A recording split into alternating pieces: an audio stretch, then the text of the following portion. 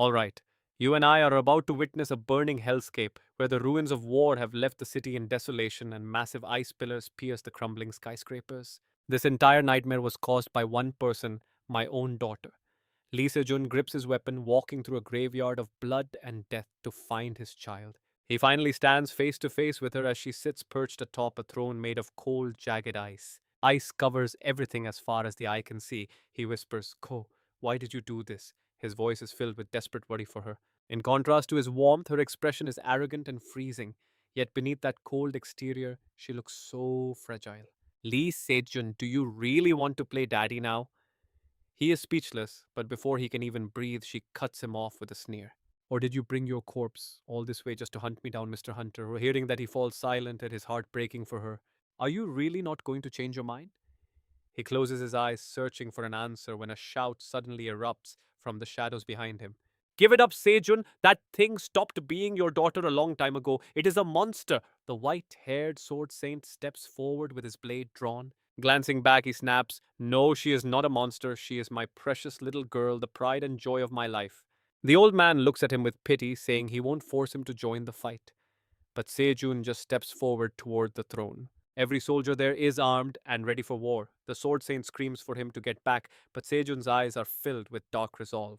He channels his energy, readying his weapon for a strike. Seeing the blade pointed at him instead, the saint asks, What is the meaning of this? Now pay attention here. His answer changes everything. He says, Forgive me, saint, but I am not here to hunt her. I am here to protect my daughter. The old man stares back with a grim face. She has to die. Sejun grits his teeth, his gaze becoming a shield for his child. Then you will have to go through me first.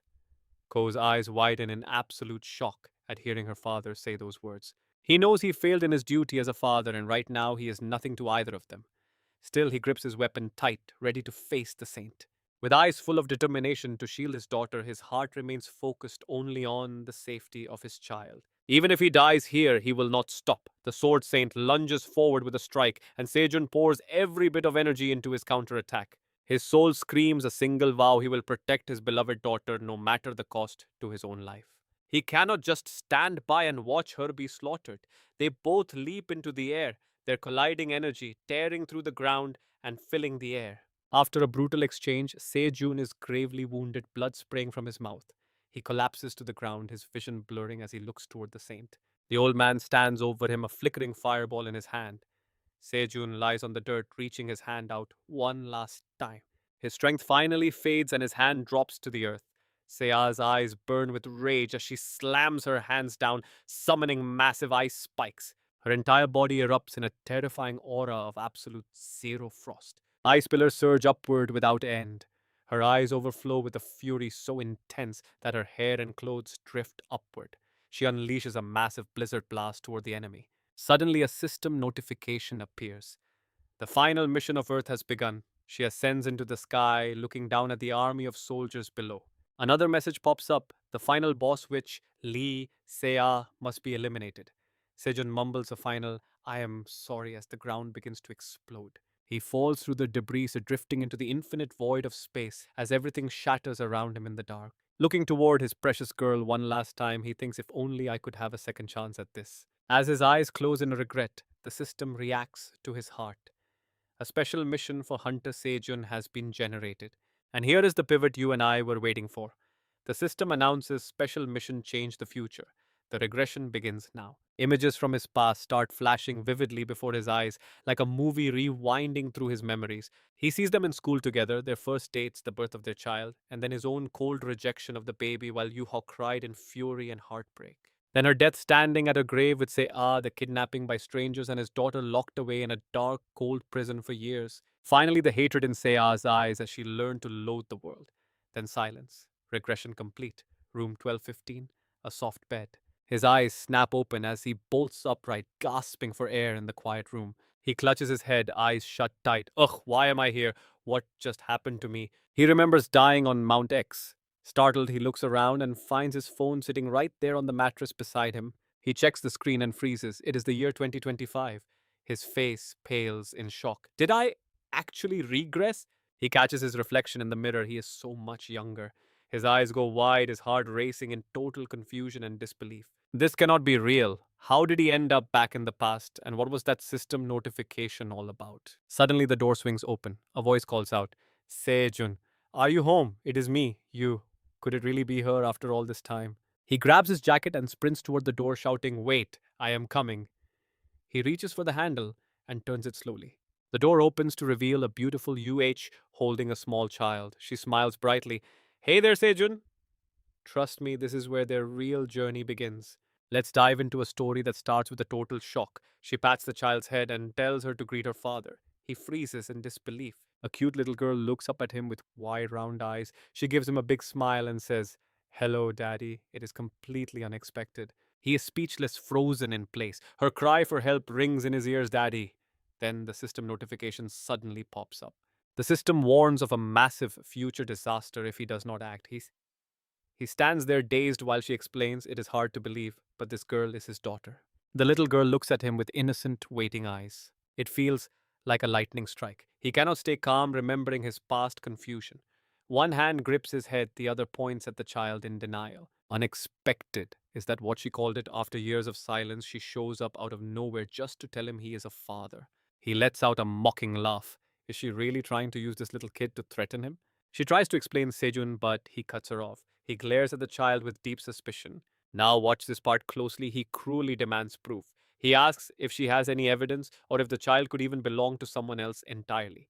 Until she can prove this is his biological daughter, he tells her not to come back and bother him. Realizing he won't accept her, the girl looks worried. Then, we see a vision of the girl running in a panic. One after another, images of her appear. Teary eyes and a tiny hand reached out as if begging him for help. He holds his head in regret. He realized how cold he was to deny her. He was a total piece of trash.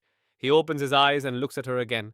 Before him, the innocent girl from that mission of misery stares back with wide, curious eyes. He remembers the cold, cruel version of her that destroyed the world and compares it to this adorable, innocent child. He wonders how such a sweet kid could ever grow up to become a world destroyer.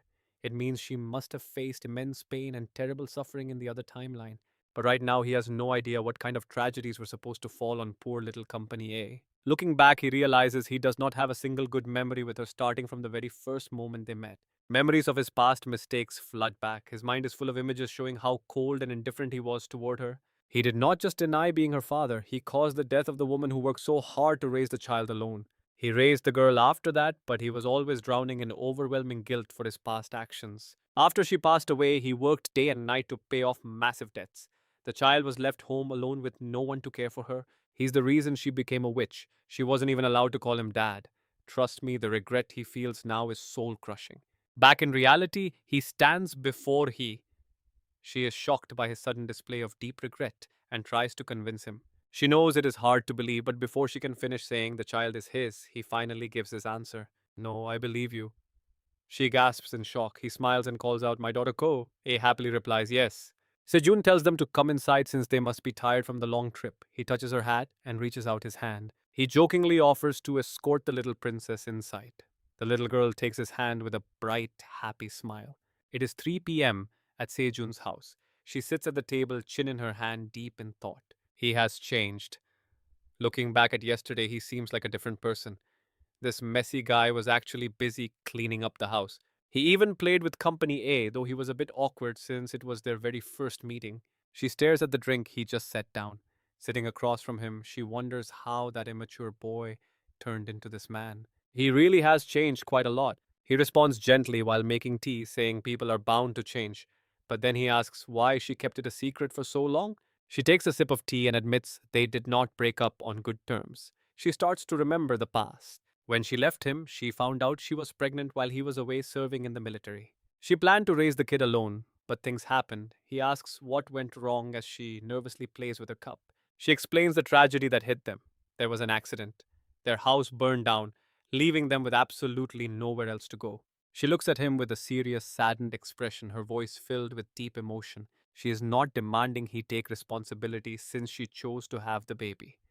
Sejun asks what her plan is now. She asks to stay for a while because she cannot let a child sleep in a motel, even if there is no room the warehouse works. He quickly interrupts, telling her it is fine and to do as she wants. He gently pinches the little girl's cheek. She can hardly believe her ears. What did he just say? He laughs and stands up, saying his place isn't big, but if he clears out some junk, there'll be room.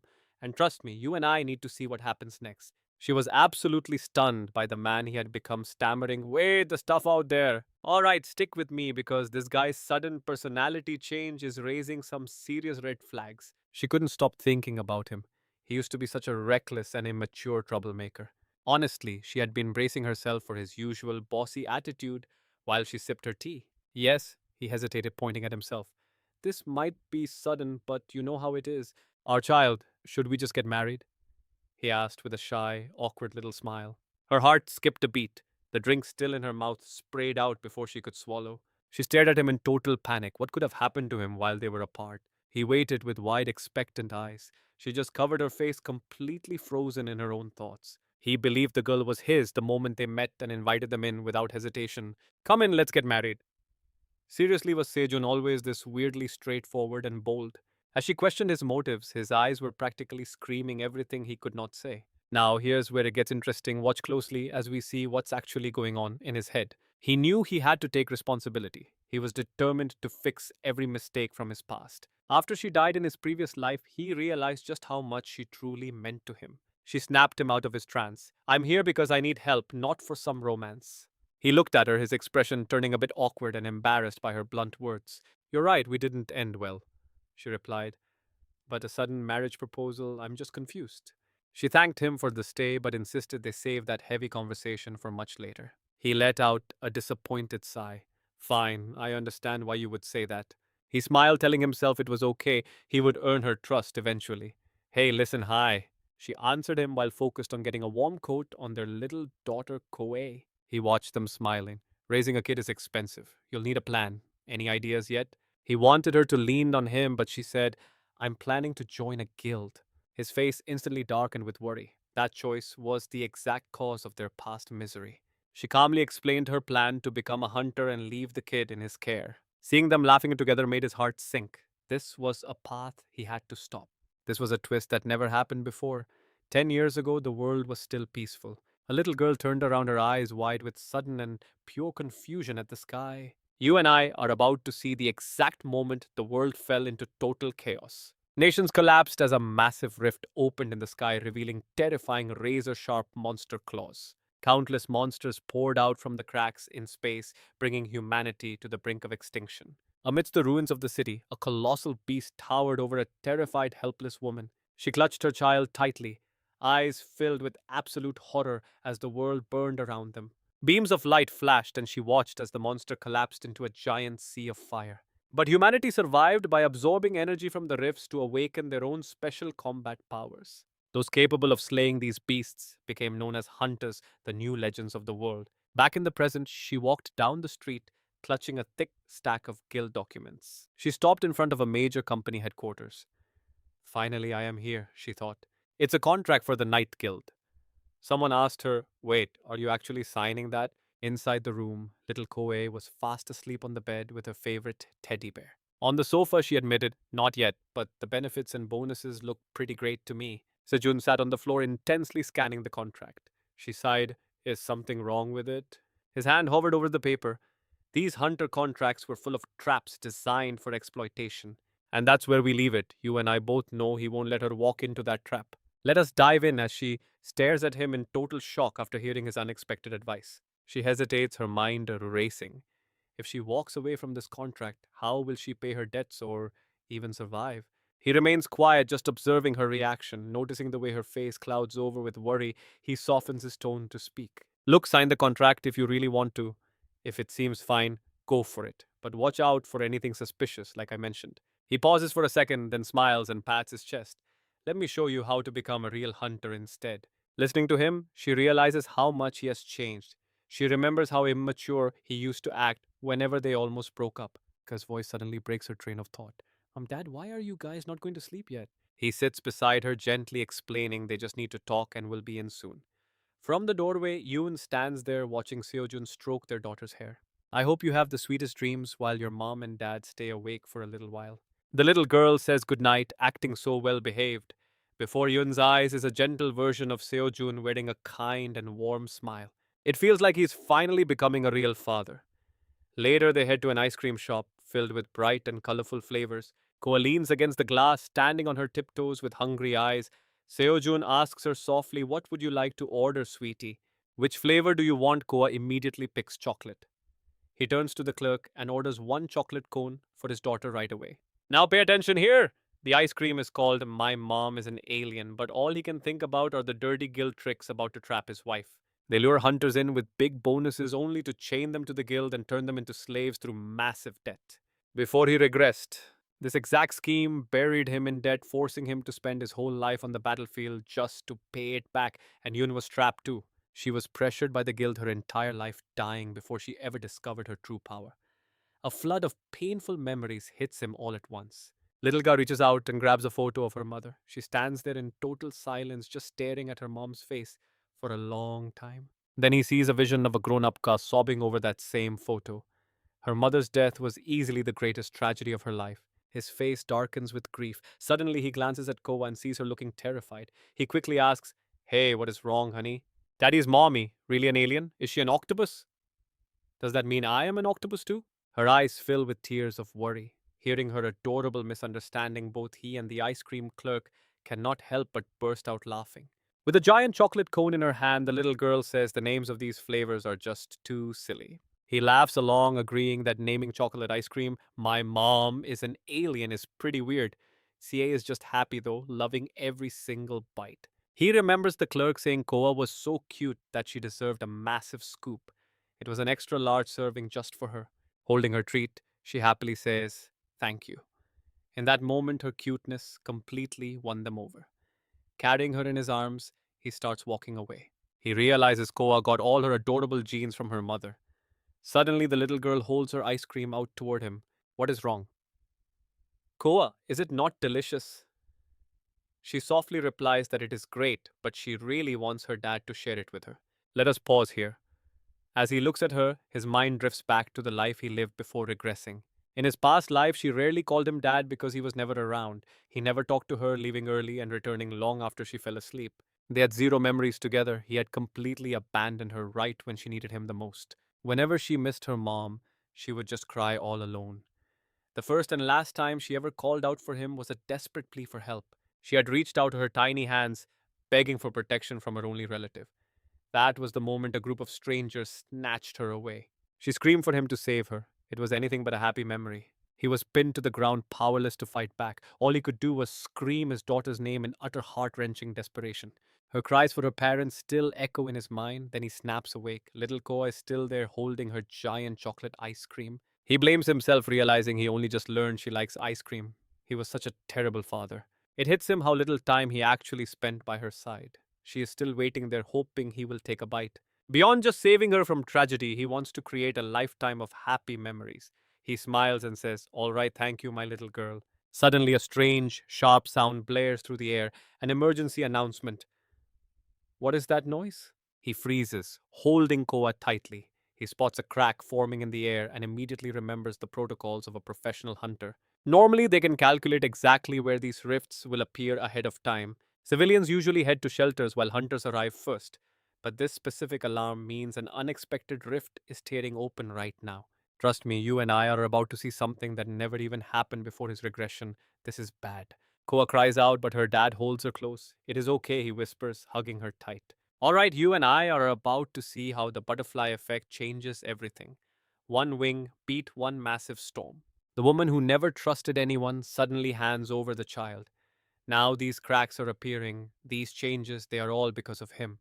By changing the future, he has triggered a disaster. He grips Koei and runs with everything he has got. Suddenly, he feels a strange chill. Both he and Koei look up at the sky, faces frozen in pure terror. "Damn it," he hisses. A massive fissure tears through the sky and something bright glows inside it. He wonders how his actions caused a rift this big. Then, boom, a beast's foot slams down covered in a mane of fire. A massive black bull with razor horns and a flaming mane stands before them. The island Gretton bull. People scatter in total panic. Sejun hauls Koa into his arms, fleeing with a look of absolute desperation. This never happened before his regression. Right now, he is just an ordinary man. His only hope is to run as fast as humanly possible. In his arms, little Koe's eyes are wide fixed on the terrifying monster looming right behind them. Now watch this part. The moment their survival instinct kicks in, the beast lunges and he barely dives out of the way, clutching her tight.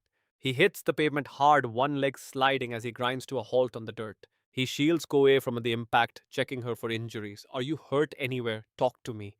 She looks up, trembling with fear. I am fine, she whispers. He points to a narrow gap between buildings. Listen to me very carefully. Hide right there. Do not come out until I call for you. Understand? She nods, terrified but brave. He realizes the monster is staring straight at him. Is it targeting me?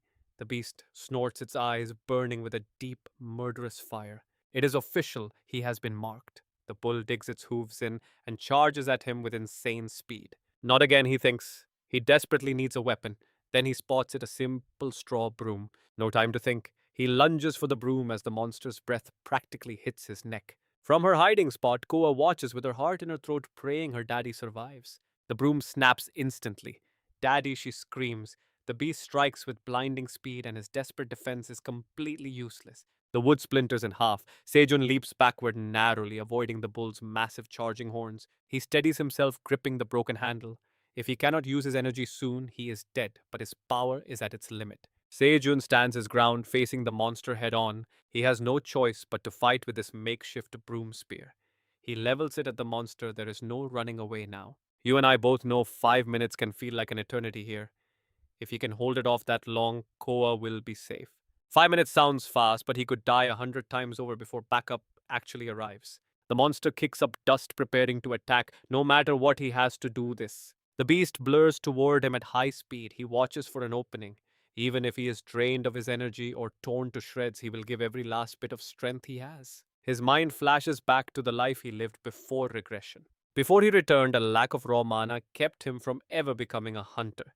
He was always steps behind everyone else. He lived in constant fear, but he never stopped searching for a way to survive the madness. He once memorized every monster manual just to find a way to survive. He knows the Greton Bull's only true weakness is its eyes. He has to hit that spot. He raises the broken handle, pouring his energy into the wood. Sejun grits his teeth.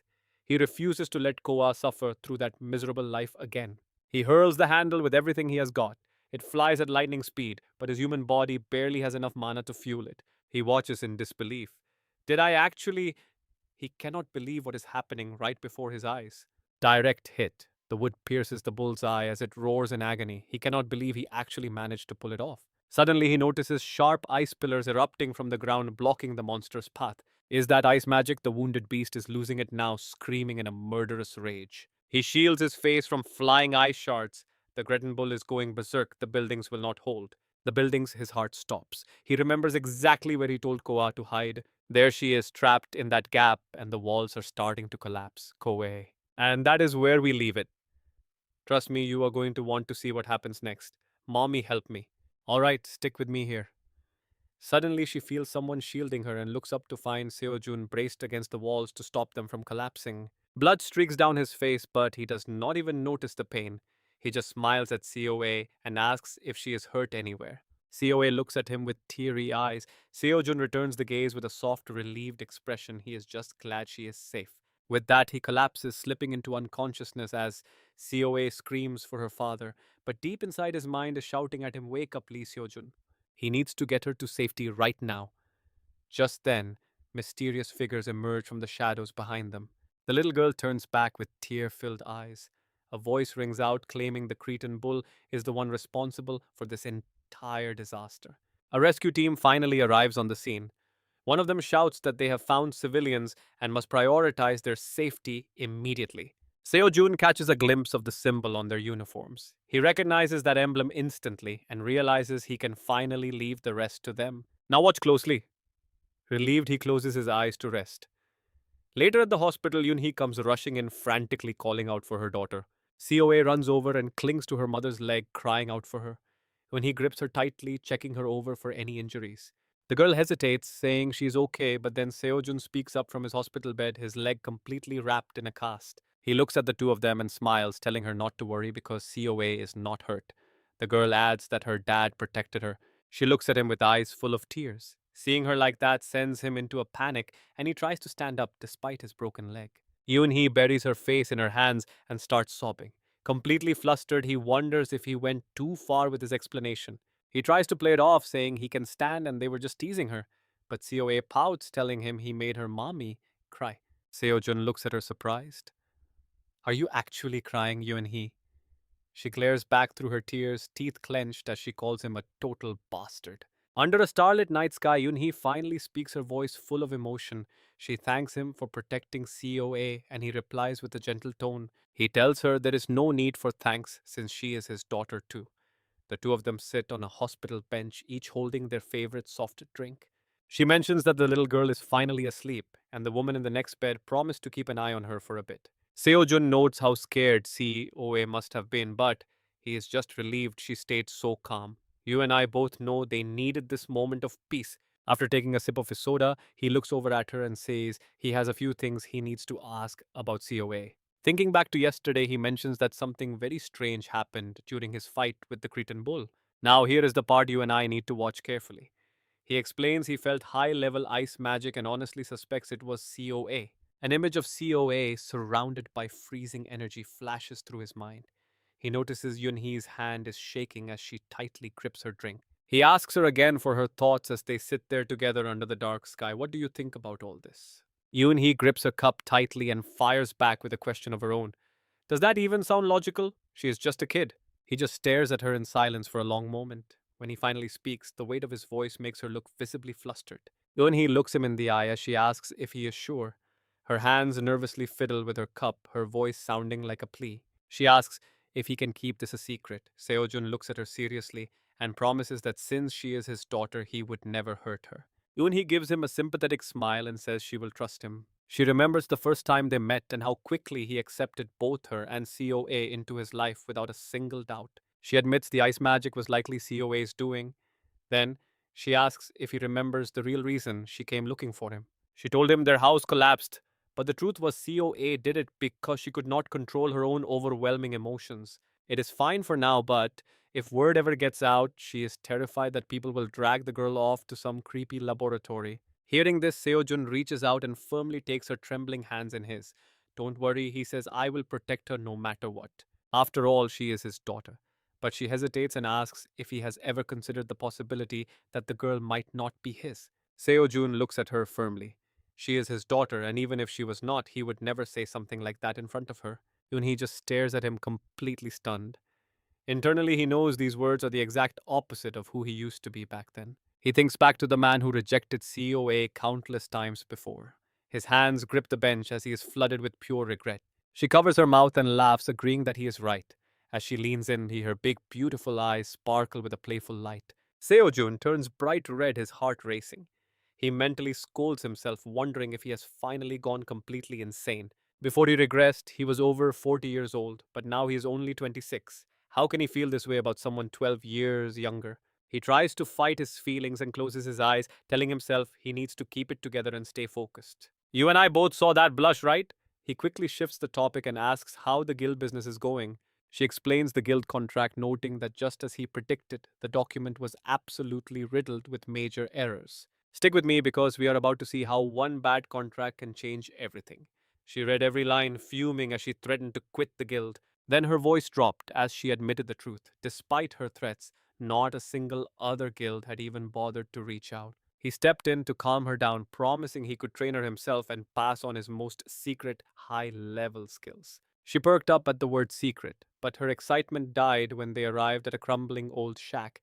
Is this the big secret? He just nodded calmly and led her toward the dusty workshop while she stood there with a face full of doubt. She asked if Sejun was serious. Should not a real workshop be in a fancy mall or a high-end guild headquarters? He explained that mall prices are a total rip-off and guild gear comes with too many strings. Just follow me for now. Inside, the vibe changed instantly. Row after row of sharpened swords were mounted perfectly on the walls, gleaming in the dim light. Shelves were packed with hammers, spears, and even strange bows, all organized with the kind of precision that felt almost supernatural.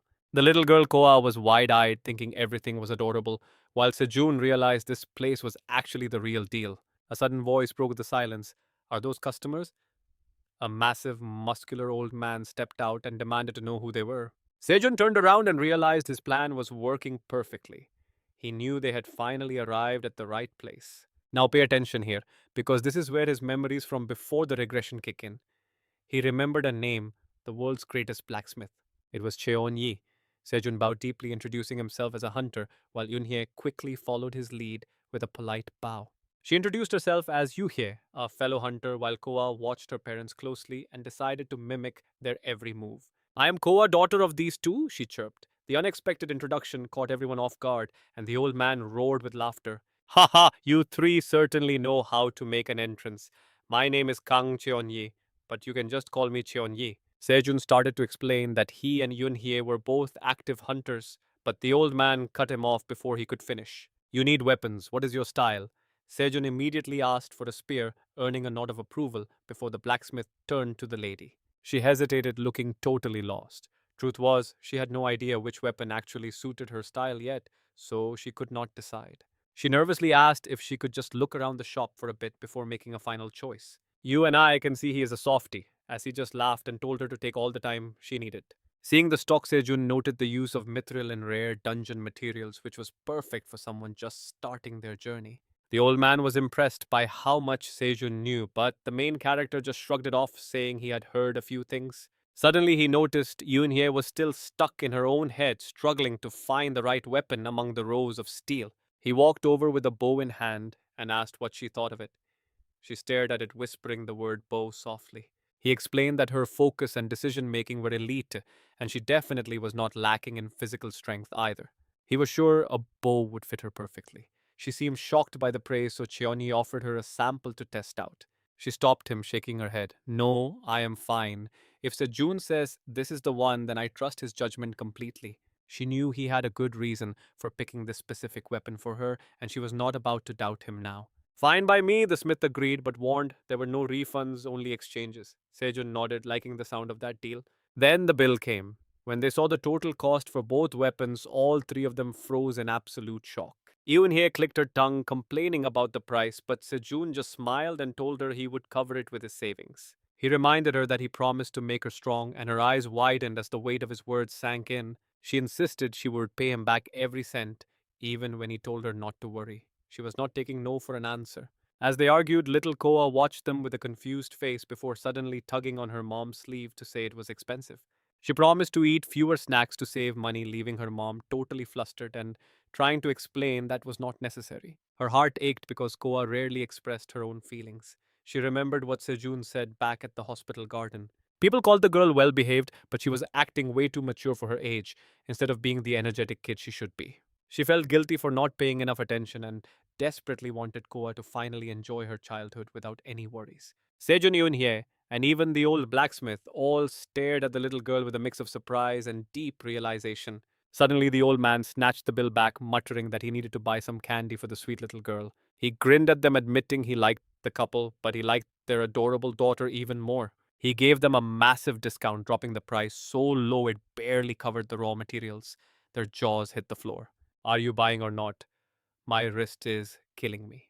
Trust me, you and I do not want to miss what is coming next. All right, let's dive into how a quick payment for weapons turns into the ultimate training session. The workshop doors creak shut as the trio leaves in high spirits, new weapons in hand. Our main character thinks, all right, now that we're armed, we can finally put the plan into motion. He calls out to her and she jumps, startled. Huh. He flashes a bright grin, telling her to get ready to enter the dungeon. She takes off running, drawing her bow mid stride. Eyes locked on the prize, she lets it fly. The arrow slams perfectly into the bullseye of the target pinned to the tree. Mana begins to swirl around her hands as she pulls back again. Suddenly, a spiraling tornado arrow erupts from the bow, tearing clean through the trunks. Her jaw drops. She can't believe she's actually capable of that kind of raw power. From behind, Sejun asks if that arrow just went straight through the tree. He and Koa had been standing there watching the whole time.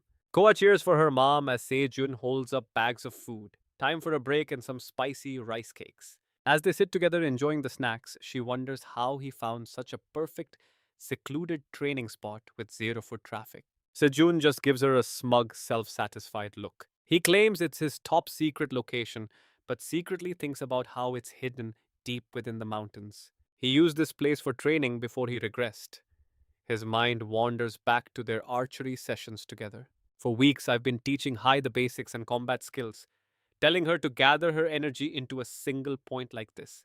We've prepped everything for the dungeon run. He sips his milk, thinking about how far she's come. Now, watch this part closely because her archery skills are about to reach a whole new level. He asks if it's really her first time using a bow, but in his heart, he already knows the truth. Before the regression, Hai was forced to use a sword because of the guild she joined, but she was terrible with a blade, often breaking them mid fight. The second she picked up a fallen comrade's bow, though her true genius finally awakened. Back in the present, he asks about her energy training. She shakes her head, clearly lacking confidence.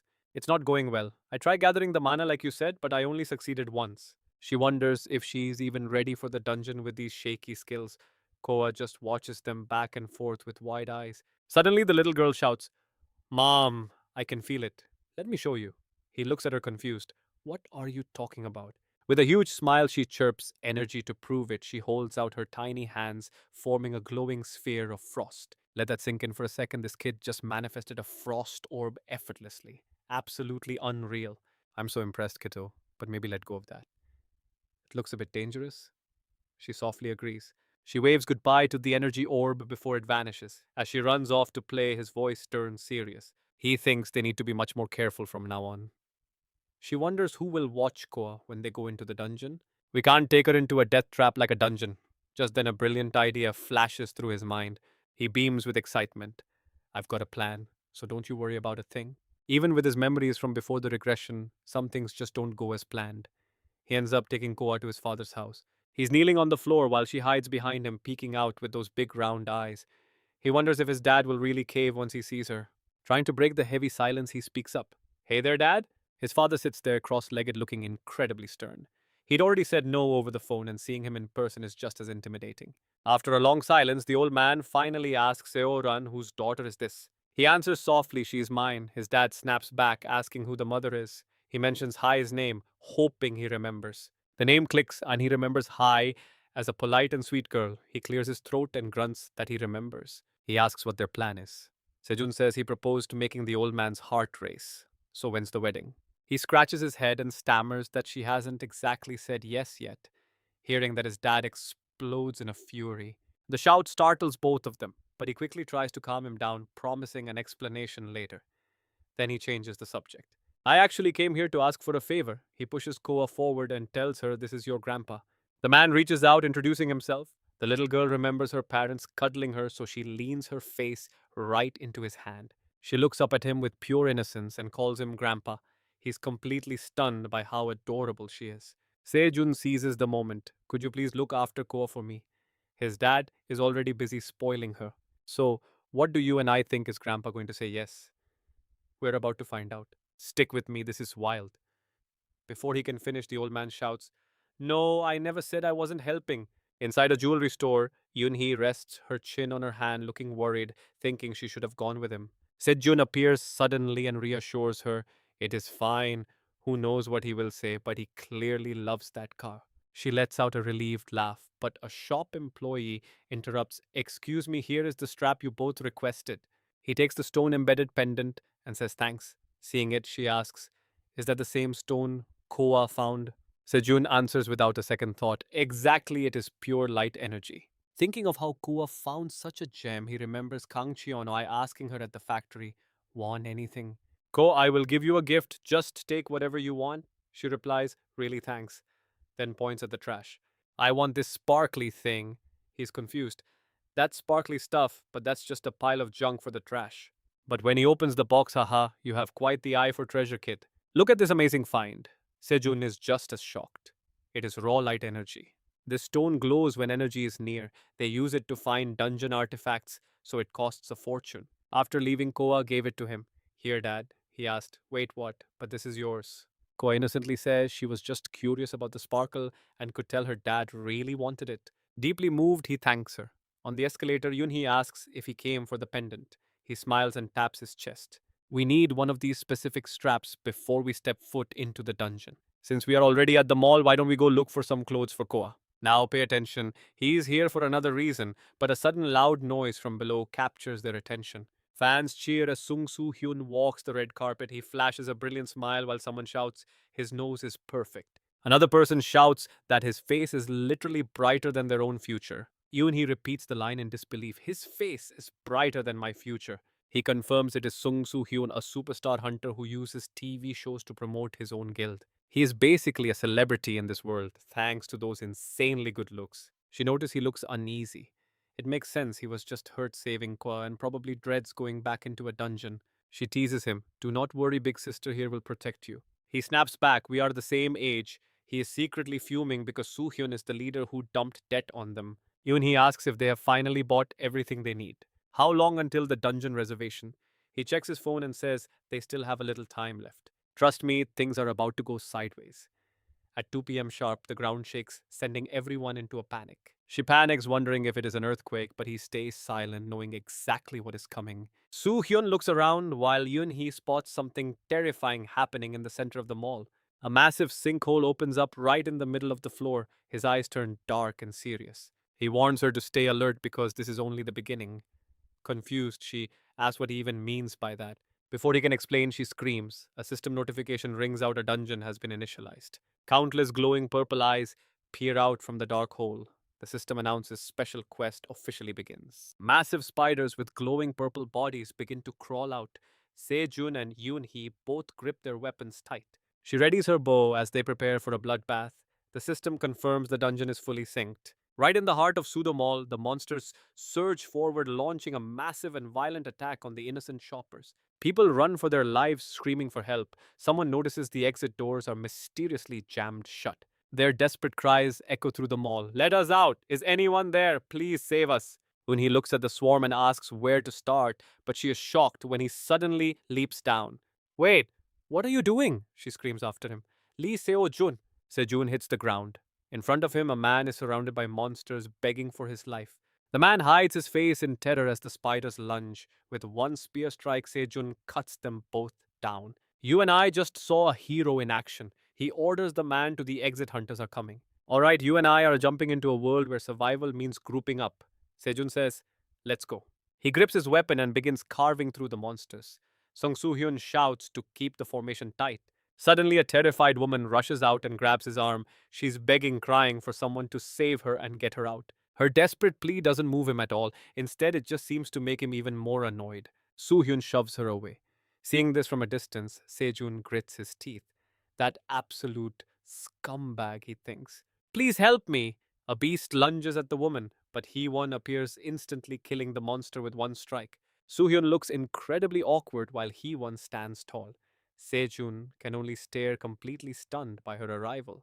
Now watch this. He remembers Go-hee-won, a hunter who survived until the end times before his regression. But based on his memory, she shouldn't be in this place. He shakes it off. Now isn't the time to focus elsewhere. He loudly orders the hunters to form an arc with the civilians safely protected in the center. "We're holding the line here." Sejun steadies his spear, focusing every bit of his energy on protecting the people. Everyone gives it their all to wipe out the remaining monsters. Soo-hyun slashes through them one by one. Yoon-hee fires arrows, Hee-won strikes like lightning, and Sejun stabs with his spear. Finally, the battlefield falls silent. It looks like they're all dead. He turns to Yoon-hee with a kind smile, asking if she's all right. "You did great out there." She smiles back, admitting that stopping for even a second makes her feel totally exhausted. Elsewhere, the guild leader asks for an update. The manager greets him warmly, ready to present the latest files. The manager hands over the documents. "I really thought we had recruited a promising new hunter this time around. I have no idea where she got her info, but she just abandoned the contract and walked away." The leader stares at Hee-won's file in silence. Soo-hyun reaches out his hand, fake smiling as he thanks her. He claims she was the hero of the fight. She gives a cool response before Sejun steps between them. Sejun shakes his hand firmly, introducing himself as Sejun. Soo-hyun responds with a very forced, awkward greeting. "You and I both know this guy's ego is massive." Sejun just watches him until a sudden scream for help rings out. "Please save my baby. The infant is unconscious, poisoned by a nasty bite from an earth spider. Basic first aid might help, but it's dangerous without real treatment. The exit only opens once the boss is dead. If a hunter goes to kill the boss now, Hee-won steps forward and says, 'She'll do it.' He looks at her in shock. Normally, the exit to a dungeon like this doesn't open for 24 hours. He asks if they can really win with this many people. That child won't survive long without immediate help. Soo-hyun mocks him, calling him a clueless rookie. He stands there with his arms crossed, acting high and mighty. He says he's not stupid enough to rush into a dungeon blindly, so he won't listen to Sejun. I'm staying here, and so are the guards. Yun-hye hears the argument and scowls in pure frustration. Look at them. You should be saving as many people as possible instead of standing around just gossiping. Seo-jun remembers how Soo-hyun always took the credit once all the hard work was finished. Even before the regression, this guy would only clear the dungeon after the exit had already appeared. Yun-hye comforts the crying child, telling them to hang on. Suddenly, Hee-won calls out from the distance, I'm coming with you two. They're both surprised. She smiles and suggests they introduce themselves before they leave. I am Go Hee-won. Looking at her, he realizes his intuition about her was right all along. Before the regression, he remembers that Go Hee-won and Soo-hyun were the ones who cleared this place. Seeing her join the group, Soo-hyun sneers, asking if she's really choosing to die with these amateurs. She doesn't back down for a second. Shut your mouth, Soo-hyun, she snaps back with a cold glare. With those skills, you should really just quit being a hunter. Soo-hyun's face turns dark with absolute rage. He stands up, telling everyone they are ready, and orders the group to finally begin clearing this dungeon. The trio sees purple lights glowing ahead. Yun-hye gasps, asking Sejun what that beautiful light is. He explains it is glowing moss, a plant that only grows in the deepest, darkest parts of dungeons. Hee-won asks if she is just an apprentice because she fought with the skill and grace of a veteran. Veteran too kind. Trust me, it gets even wilder. Stick with me because we are about to see what happens when true experts pretend to be rookies. Hyon teases her senior to relax while secretly realizing these two possess skills that far surpass any ordinary trainees. Especially Lyle Jun, he is not just a warrior, he is something else entirely. But more importantly, he has sharp judgment and natural leadership that you just can't teach. Suddenly, Hyon suggests they pick a commander. She admits she can track enemies and plan strategies, but she just does not have the confidence in her own leadership skills to take charge of the team. Eun-hai also politely declines as the three of them stand there huddled together. I am not exactly confident with major responsibilities either, she admits. Then she turns to Sejun and asks, What about you, sir? She suspects he is a natural born leader. Hearing her question, he wonders if he should look her in the eye or keep his true thoughts hidden. He watches her closely, realizing the sharp girl is actually testing him to see what he is made of. He planned to hold back his skills, and her prying is a problem. He scratches his head, faking uncertainty. I am not that confident either, but since neither of you wants to lead, I guess I am stuck with the job, right? He thinks that, by acting completely overwhelmed with the leader role, he will make it much harder for this sharp-eyed girl to keep guessing his true power level. She smiles, leaving it all to him. Fine, he says, now let us move out and move fast. Suddenly, he signals them to stop. He thinks they have finally reached the boss' hidden lair. Now pay attention, look at the size of that thing. They stand over a massive hole, staring at a giant purple mass sitting right in the center as they start discussing their next move. Hyon wonders if the final boss is really just this pile of slime meant for basic training. He warns her not to be reckless since it is still a boss, but she thinks it is just oversized. It is just a slime. Let us kill it. Wait, I am the commander. Listen to my orders first. She looks visibly annoyed by his sudden authority. Fine, whatever. Still underestimating the beast, she charges her legs for an attack, ignoring how it reacts to vibrations. Be careful down there. I will go first. She leaps down, disappearing into the monster deep dark pit. Meanwhile, Yun-hee slowly descends using vines. She asks if all hunters are this intense. He laughs, telling her they are not there yet, but it is possible with enough training. Suddenly, the climbing hook slips from the wall, sending her falling straight toward the ground. Eun-hai, are you okay? Yes, she says. But the vibrations have already drawn the monster right to her. Hyun shouts up, Do not worry, this slime thing is huge, but it is slow as hell.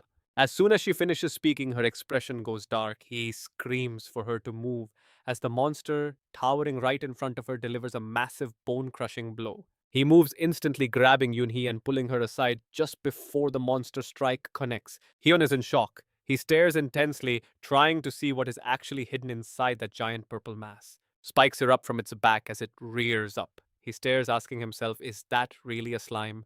It is a massive transparent purple slime, and inside you can clearly see a gargantuan monster skeleton. The ground literally caves in wherever it moves, sending rocks and dirt flying in every direction.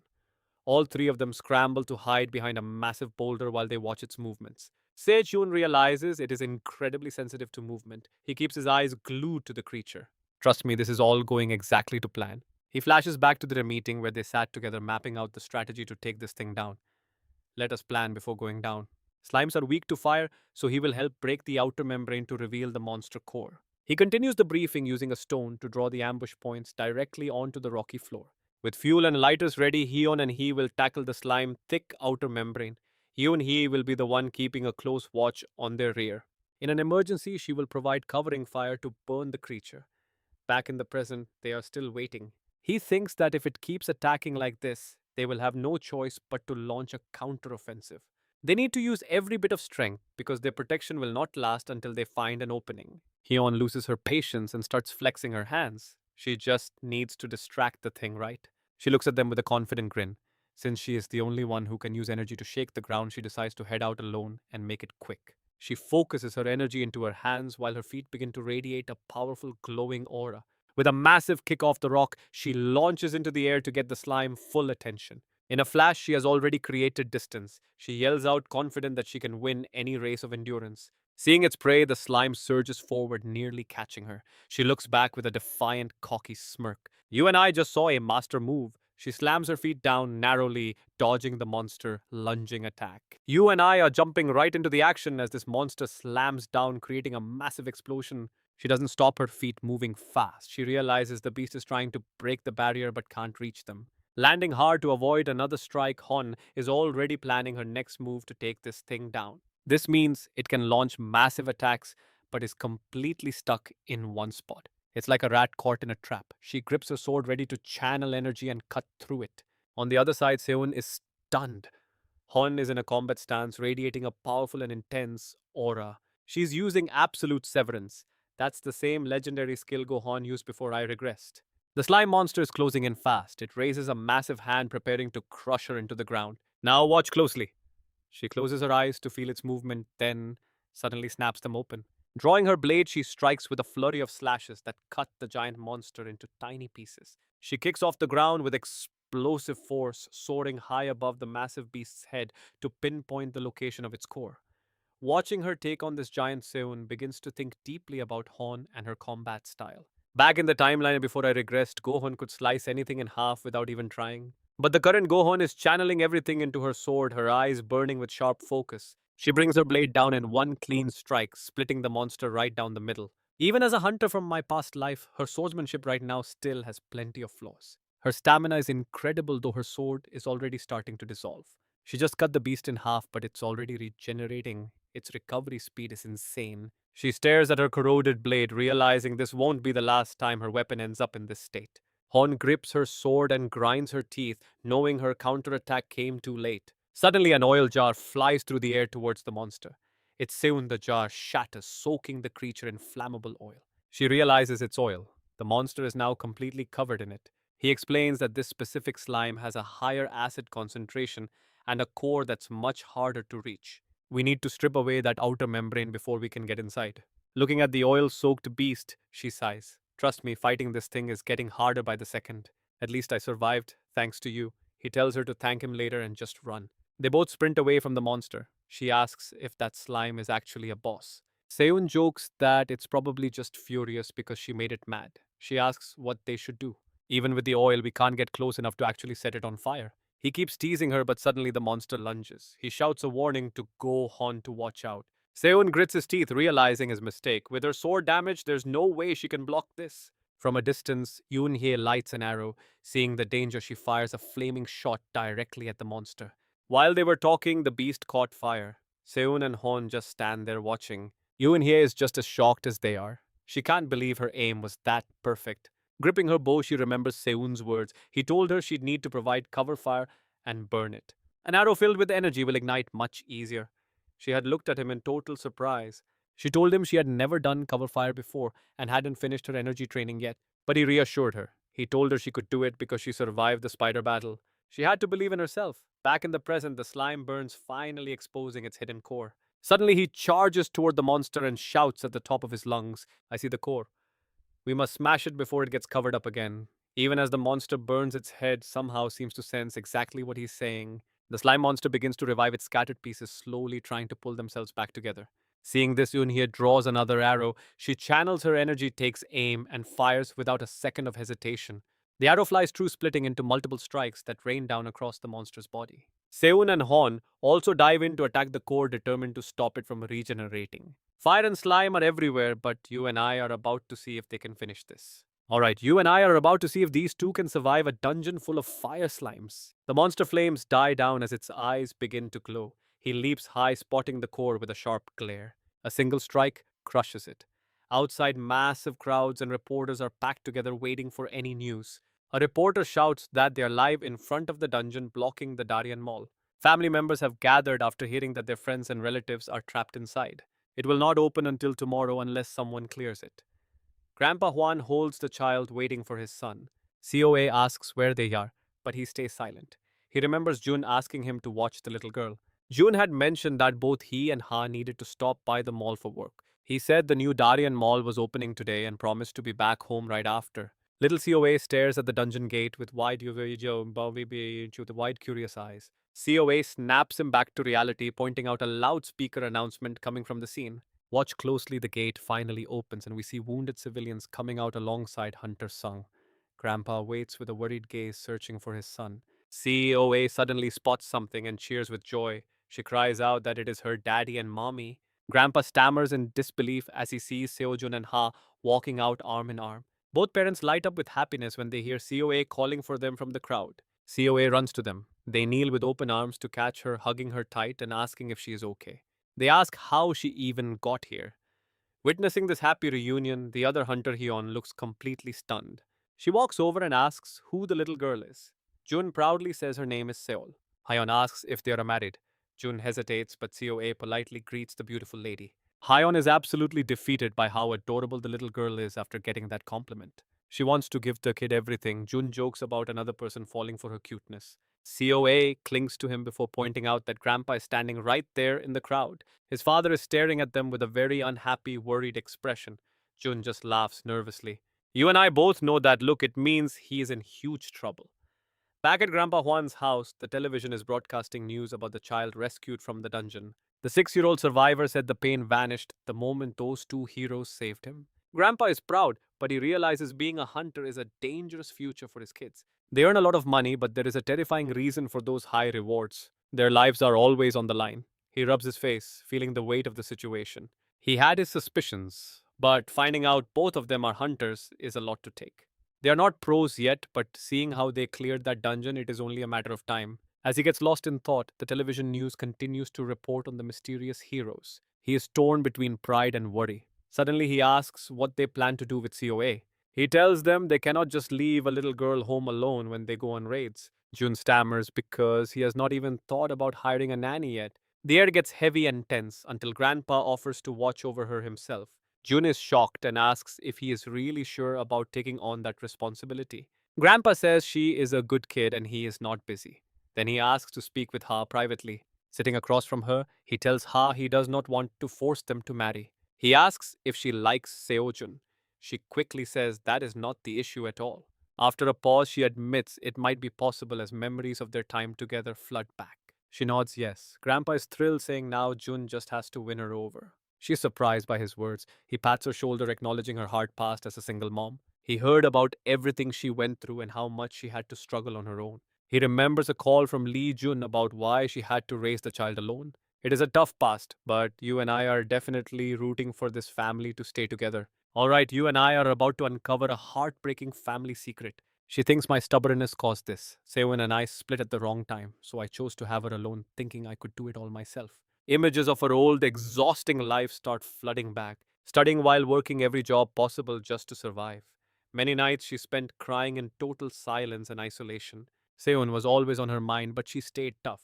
When Koe had a high fever, she ran to the hospital alone. She wept by the hospital bed many times. Every single hardship of parenting alone she somehow managed to overcome. Time flew by and she almost reached out, but her pride was just too strong. She tried to forget, thinking it was too late. Together, she and COA faced every struggle in their lives. Then one day out for ice cream, seeing her daughter happy was her only source of joy. Now watch this, the ice cream drops and sharp ice spikes suddenly erupt from the ground. Spikes of ice grew everywhere. The little girl fell. Terrified, she ran and hugged her mother tightly. Everyone stared at them with judging eyes. She knew then she had to protect her daughter alone. Grabbing her hands, she made her promise never to show anyone these powers except for her own mother. COA asked with a smile, "Is this our secret promise?" UNH answered, "Yes, that is right." They pinky promised, sealing a secret bond between mother and daughter. Back in the present, the tears start streaming down her face as she speaks. Hwan rests a hand on her shoulder, acknowledging the child is Sewon's daughter and his own granddaughter. He tells her to lean on them instead of struggling alone. She can always talk to him or Sejun if she faces any problems. He knows Sejun feels the same way. Outside, Sejun is sitting on the ground with COA in his lap, playing mobile games. Seeing her walk out, the little girl runs over.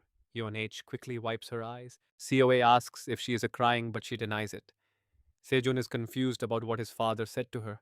He yells at his dad, who defensively claims he did not do anything to upset her. She laughs, telling Seun it is fine. The old man asks about their next steps. They are preparing for the hunter license exam. Suddenly, a ruined city appears. He walks through a snowy wasteland, the freezing cold biting deep into his skin. Shivering, he notices he is not alone. He recognizes the figure standing in front of him. You saw that too, right? COA glares with resentment, asking why he never saved her while he stands there completely stunned. Why didn't you save me? I can't reply. Is it because my mouth won't move, or is my brain just unable to think of any defense? All I can do is stare at her. Looking at her ice covered hands, she cries out in agony. I am so miserable, she screams in pure frustration. I despise you, Sejun. She points her frozen hand directly at him. Sharp ice shards fly straight at him. He shuts his eyes tight, ready to accept his end. A voice calls Dad, and he snaps awake. Still shaken by the dream, he hears Yun H asking if he is up. COA beams at him, saying the sun is already up and waiting for him to wake. He sits up, rubbing his head, wondering if he really slept for that long. She tells him to shower and eat. No training today, just take some rest. She asks if he had a nightmare. He can't even remember what he saw last night. A bank notification pops up 320,000 saved. He needs to be careful with his spending. The message makes him feel anxious. Money is tight. Once we get those hunter licenses, the money will flow. But for now, we really need to watch every single cent we spend. He scrolls through his phone, lost in thought, while COA rests happily on him. COA is lying on his belly when UNH asks what they're doing. He pinches the kid's cheek, saying this is the best relaxation therapy with his precious COA. She pulls the sheets, dumping them both. Trust me, you and I knew that was coming. Both of you just ate. She glares at him while he stays on the floor, scratching his head and scrolling through his phone. Watch this transfer alert. Alright, you and I are jumping into a world where a single text can change everything. A Hunter Bank alert, $1 million from Go Hyun. He shouts in shock, asking Yoon-hee if she received it too. She scrolls through her own phone, her voice shaking as she asks, what is this even for? Just as Yoon-hee starts questioning things, her phone rings. She answers with a hesitant, hello, is that you, Hyun? Hyun just jumps straight to the point. Hey, did you get the money I sent over? Yoon-hee can barely find her voice to respond. Hyun, where did you get this much cash? She just smiles at the sword in her hand. What do you mean that is just the leftovers from looting? Since you two are not official yet and do not have licenses, my guild members handle the processing for you. Woon-hee looks at Seo-jun and repeats the word looting. He explains, that is the process of extracting cores from monster corpses and gathering useful materials. Hearing him, the girl on the other end chirps, oh, is Seo-jun there too? Did you get your share yet? The monsters were nothing special, so it is only that much. Seo-jun's jaw drops. 1 million is way more than enough. Hyun smiles and adds that having a hunter license means making even more than that. Looking at a flyer, she asks if they saw the notice for the upcoming exam. Yoon-hee confirms they are taking it this month. Now pay attention here. This license exam is exactly what measures the skill levels of all new rookie hunters. There is the written exam, the face-to-face interview, and the final practical test.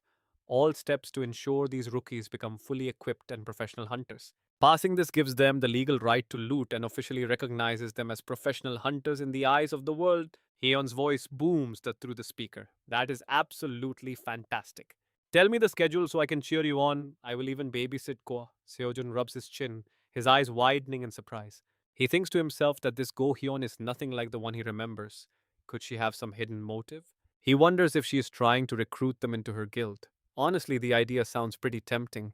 They are one of the top guilds in South Korea after all. Do not get ahead of yourself, Yoon-hee tells him. Fine, I will let you know soon, she tells Hyun. Seojun continues his mental calculations. Finally, money is no longer an issue. Almost like they are telepathic, Seojun and Eun-hee lock eyes. He suggests they do something with their remaining time. We have a bit of a wait before the exam, right? They both turn toward Koa and shout in unison. Koa, let's go buy some new clothes. The little girl beams with joy at the thought as they reach the exam center. Hyeon waves her arm at Unhee. Over here, little Koa is in Hyeon's arms, waving back and wishing them both luck. They turn back with bright smiles, waving to the little girl. Holding her tight, Hyeon cannot stop praising Koa's outfit. These new clothes look so good on her, everything suits our Koa. Then she suggests they wait together in the observation room. The little girl politely agrees. As they walk, Yoonhee looks at Seojun and asks if he is actually going to be okay. He spent all his time training and did not prepare a single thing for the written portion of the exam. There is no time left to cram. He just grins and points at himself. Don't stress, I've got this handled. But you and I know his secret. He is a regressor who has already failed this test countless times before. Thinking back to his past life, he always earned a perfect score on the written exam every single time. It was like he had the answer key, but because he was physically weak, he always failed the second round. The day he finally got his license, he looked absolutely wretched. That shows just how difficult the struggle really was. He notices Yunhee intensely reading her files. She looks terrified. You will never do well with that attitude, he teases. Hey, you want to make a bet? She bites. A bet on what exactly? Seojun crosses his arms with a smirk. Let's see who gets the higher score on the written test. The loser has to grant one wish for the winner. She hesitates, thinking he must be incredibly confident. Then she shouts with excitement, You are, and let's do it. Consider this my early thank you, she says. He just laughs.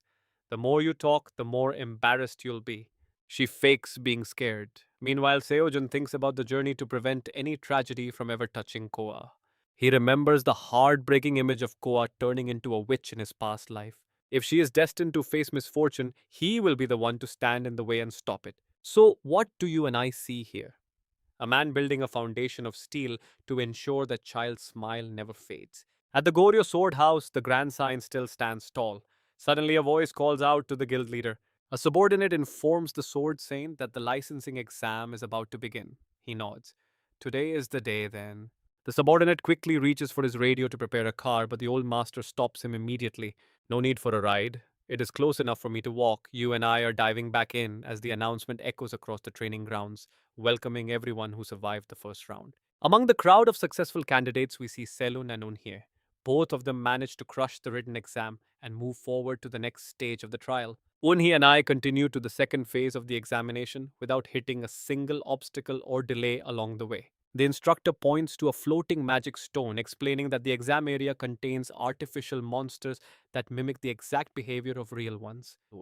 These specialized training targets are known as dummies. You pass the test only if you can hunt down the monster within the time limit without taking any serious injuries in the process. Meanwhile, a panel of managers will be watching every single move and technique you use from the safety of the observation room. This is a massive opportunity for the supervisors to evaluate your true combat potential through this rigorous practical test. If there are no more questions, the magic sphere suddenly evolves, transforming into a combat robot with thick smoke pouring out of its mechanical arms right now. The instructor calls out for the first candidate from Team D to step up and begin their practical exam. A contestant stands before the massive robot, bracing himself with a sword and shield.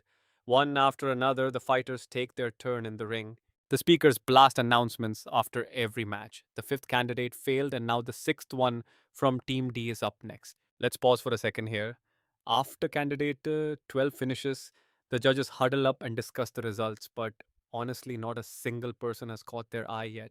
Inside the supervisor room, everyone is just sighing in frustration at the complete lack of talent on display today. I see these candidates failing within seconds, but it is even harder to believe that some are just giving up and refusing to fight at all.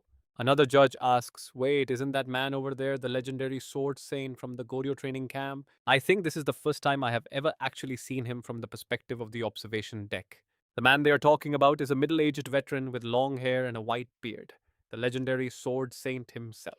Since the day the cracks first appeared, he was the hunter who saved humanity from total destruction and led the famous Goryeo camp. Thanks to his legendary skills, the younger generation of hunters has grown stronger and more capable than ever before. He is the main person everyone is watching, but the other judges just keep complaining, saying they are ready to quit their jobs. Exactly. How is any normal talent supposed to be qualified to judge a world renowned sword saint with such a massive reputation? Why did we not just pick a member from the Goryeo camp to be the new supervisor and handle this mess instead? His presence alone is ruining the atmosphere. I mean, why would a legend like him even bother joining this exam in the first place? Word is that his granddaughter Hyun begged him to come along. She is the girl who has been all over the news lately. Suddenly, from across the room, a girl raises her hand and calls out to the sword, Saint Grandfather. He slowly turns his head. I am over here. The girl calling for the sword saint is indeed his granddaughter Hyun. The sword saint looks her down and sees her leading a small child. He asks who the kid is, and Hyun explains she is just babysitting. The sword saint stares down at the little girl with a terrifying, bloodthirsty aura. His face is dead serious and completely expressionless, while Koa just stares back, totally confused. After a long, tense silence, she asks him, Are you Santa Claus? That one question leaves both of them standing there in a very awkward and heavy silence. The sword saint leans down and clarifies that he is a master of the blade, not Santa. The other judges cannot help but laugh at her. Koa quickly fixes her attitude and says she understands, though she still seems a bit puzzled by the old man. Now let's look through the glass with Tao. Hyun asks her grandfather what he really thinks about today's batch of contestants down there in the arena. He bluntly replies that they are terrible. Only one person who passed the test was even remotely interesting to him so far. Suddenly, Koa's eyes light up as she presses her face against the glass. Look at his mommy. Below them, Yoon here is starting her test. She clears the trial with ease, taking down the monster with her bow in just 16 seconds as the judges announce her success. She breathes a sigh of relief, her face still dripping with sweat from the intense pressure of the battle. As soon as she returns to the line, Unhee gives Sejun a high five. He praises her, saying she did an amazing job out there. She smiles and tells him she worked really hard for this, then wishes him good luck, Sejun. Sejun steps up to the robot, gripping his weapon tightly as a powerful aura begins to radiate from his body while he charges his strength. Thick smoke pours out of the robot's fence, looking dangerous just as the judges finally give the signal to begin. Candidate number 29 of Team D, please start your exam. The robot lunges forward instantly, but Sejun does not even move. The judges start whispering to each other, wondering what is wrong with this guy and why he is just standing there. You and I have to wonder, is he truly frozen in fear, or is he just waiting for the perfect moment to strike? Alright, you and I are about to watch a master analyst. The Saint Blade watches, noticing Sejun's incredible ability to find every single opening mid battle. The robot charges up its power, quickly raises its massive fist, and throws a devastating punch straight forward at him. The force of the strike shatters the arena floor, but Sejun luckily evades it by sliding far underneath the attack. He frowns, deducing he already knows the core weakness of these dolls, thanks to countless tests before his regression. Sejun quickly repositions himself. Standing behind the robot, he remembers that golems copied by these dolls usually have no gaps in their armor.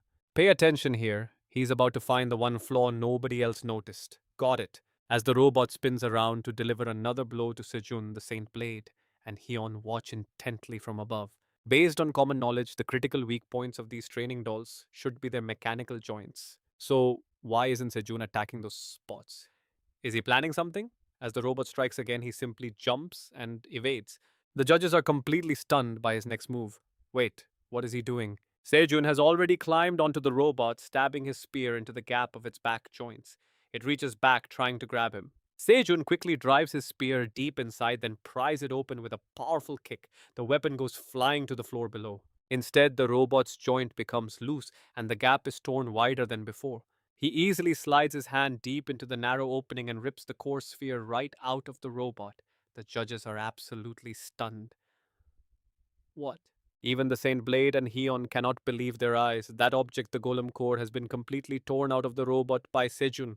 Task finished, he quickly jumps away from the robot's body. It immediately short circuits and begins to spark violently after losing its connection. Sejun finally lands on the ground with perfect grace. Behind him, the massive robot completely falls apart and shuts down.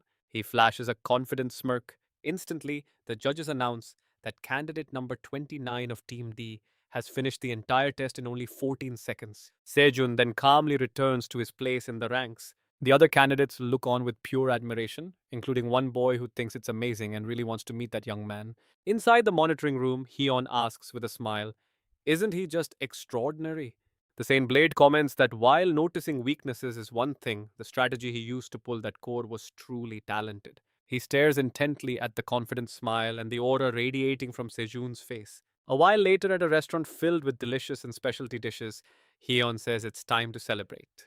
The food smells absolutely mouth-watering. Hyun continues saying, everyone must have taken the test on an empty stomach. They must all be starving by now. I've prepared a simple meal to congratulate you both, so please everyone, just help yourselves. Hyun invites them with a bright smile, but Yoon-hye hesitates. She whispers that this place looks like it's way too expensive for them. Hyun just laughs and says she already paid, so they can just treat her later once they both become official hunters. Hearing that Eun-hye gains some resolve, of course, not just next time, but for a long time after that too. I know what you're thinking, and yeah, Hyun is definitely trying to remind him of her help, subtly implying that he owes her now. Sejun suspects Hyun is acting with perfect calculation, and he can feel that everything is moving according to a hidden plan. It's not just because he knows her through his regression, but also because she is the granddaughter of the same blade. However, she doesn't seem to have bad intentions, though he might be overreacting due to his past. Suddenly, Hyun speaks up again. She abruptly says, there are a few things I would like to ask you about. The weapons you two are using, could you tell me where they were forged? This question catches him completely off guard. If he introduces them, Hyun will surely tell the Saint Blood, and he will go to meet Kang Cheoli, the first generation's top hunter, the Saint Blade, and soon the whole world will recognize the name Kang Cheoli. But more will happen soon. Inside a quiet room, Sejun sits alone at his work desk. He is busy scrolling through his phone when a mysterious person suddenly appears from behind holding out a cold beer. The sudden cold hits his neck, making Sejun jump and scream in shock. The mysterious person is just Yoon-hye asking why he's so surprised. Are you talking about something important? Sejun blushes as he looks at her and gives his answer. He's messaging Hyun about the question from this morning. He's introducing Kang Cheoli because Hyun is planning to change her weapon. She was curious about who made their weapons. Eun-hye watches him as he keeps scrolling, worried about a possible butterfly effect. But all these worries are way too early, and the most important thing is Go Hyun. She's a good girl, right? Trust me, you and I are going to have to watch her very closely from now on. You and I are about to see if Go H-yan is actually a good person. So far, she has shown nothing but pure goodwill. She is worlds apart from the hardened version of herself that Sejun remembers from his past life. He decides she is finally someone he can trust, then shifts his focus back to the computer screen. H watches him and asks if he is prepping for tomorrow's final exam.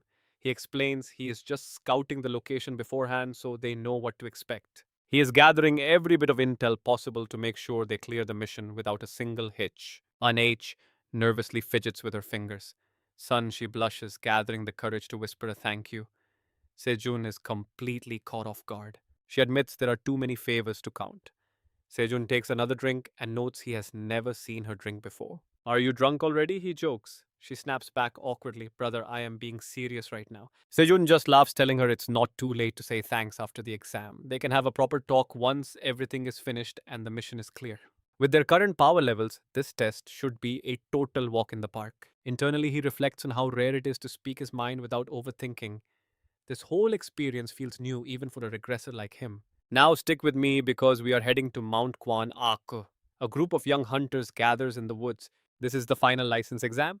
3 beginners are randomly grouped together to conquer a dungeon specifically set up for rookies. Their final score depends entirely on how well they cooperate and contribute to the team's overall success. Contribution levels determine who gets the final reward. And let's be clear, no reward means you fail the test.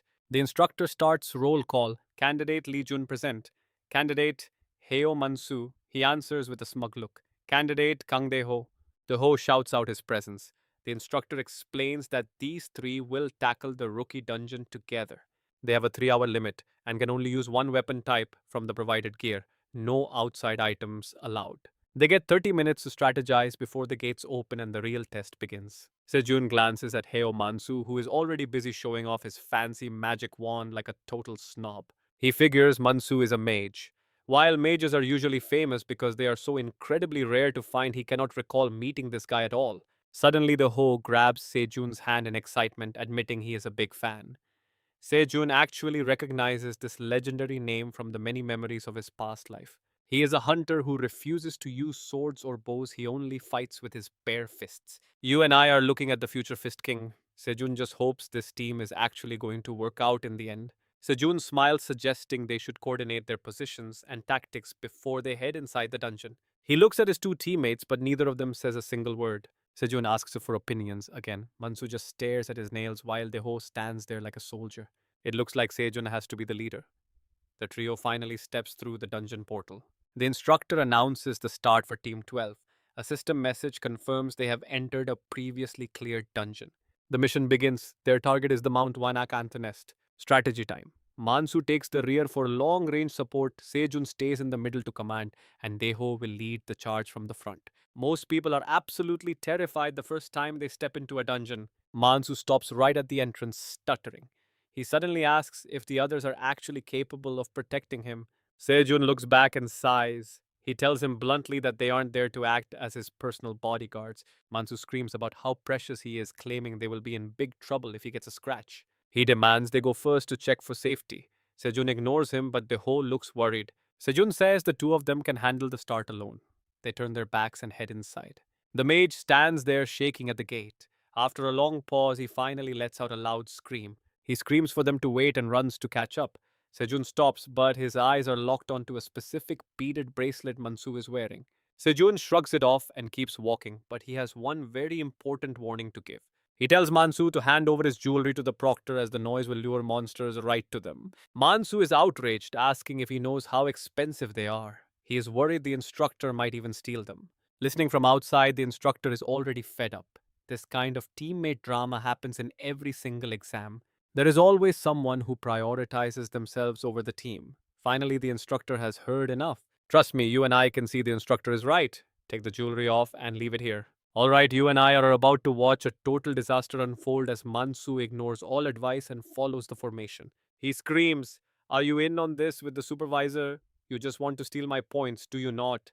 Answer me." Just as he reaches out to grab Sejun's shoulder, the main character shoots him a cold look and throws a kick. He stops just inches from Mansu's face, but the pressure is enough to leave the guy shaking and drenched in sweat. Mansu loses his balance and collapses his magic staff, clattering onto the ground as he falls to his knees. Sejun points his spear at the mage, and even the instructor looks worried at the tension. He gives one final warning.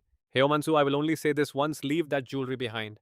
Seeing those killer eyes, Mansu can only stutter and obey. "Yes." The instructor watches, thinking the movement was so fast and natural that he could not react. He even calculated the threat distance. "I heard about a candidate who got a perfect score on the written exam and finished the practical in record time. A potential legendary hunter has arrived." Meanwhile, Sejun turns to his teammates.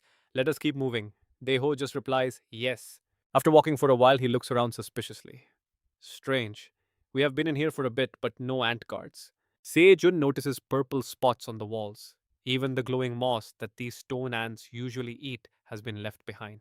Supervisors usually set up unexpected situations to see how candidates respond, but this feels like something else entirely. Suddenly, Deho's cautious voice breaks his train of thought.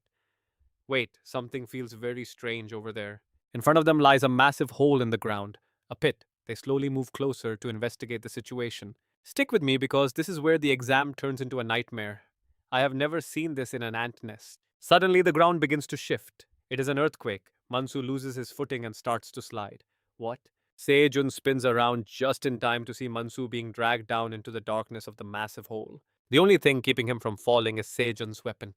His face is pale with terror. Deho rushes over to help. Sejun yells, "Heo Mansu, do not move," but the guy keeps sinking further. "Something is pulling me down."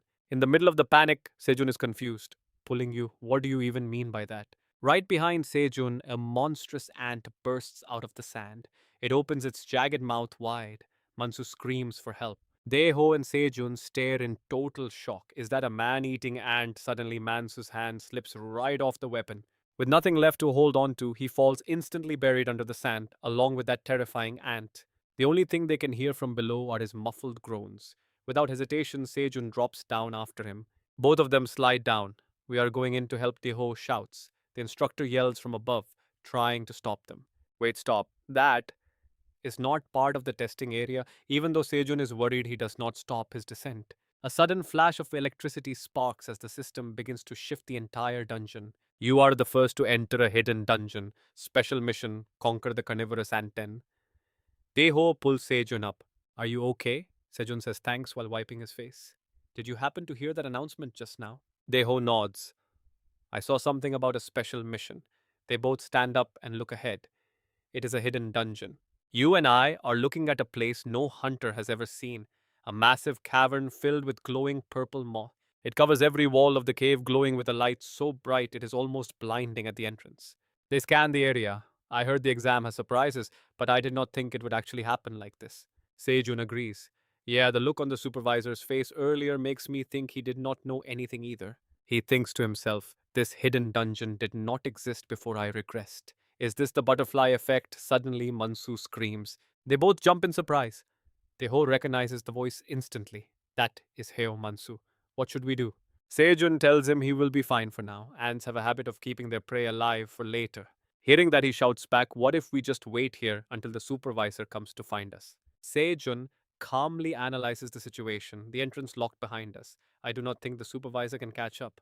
Deho falls silent, though he is still sweating bullets from the sheer pressure of the situation. He realizes the guy is terrified because nobody has ever explored this place and they have to conquer it together.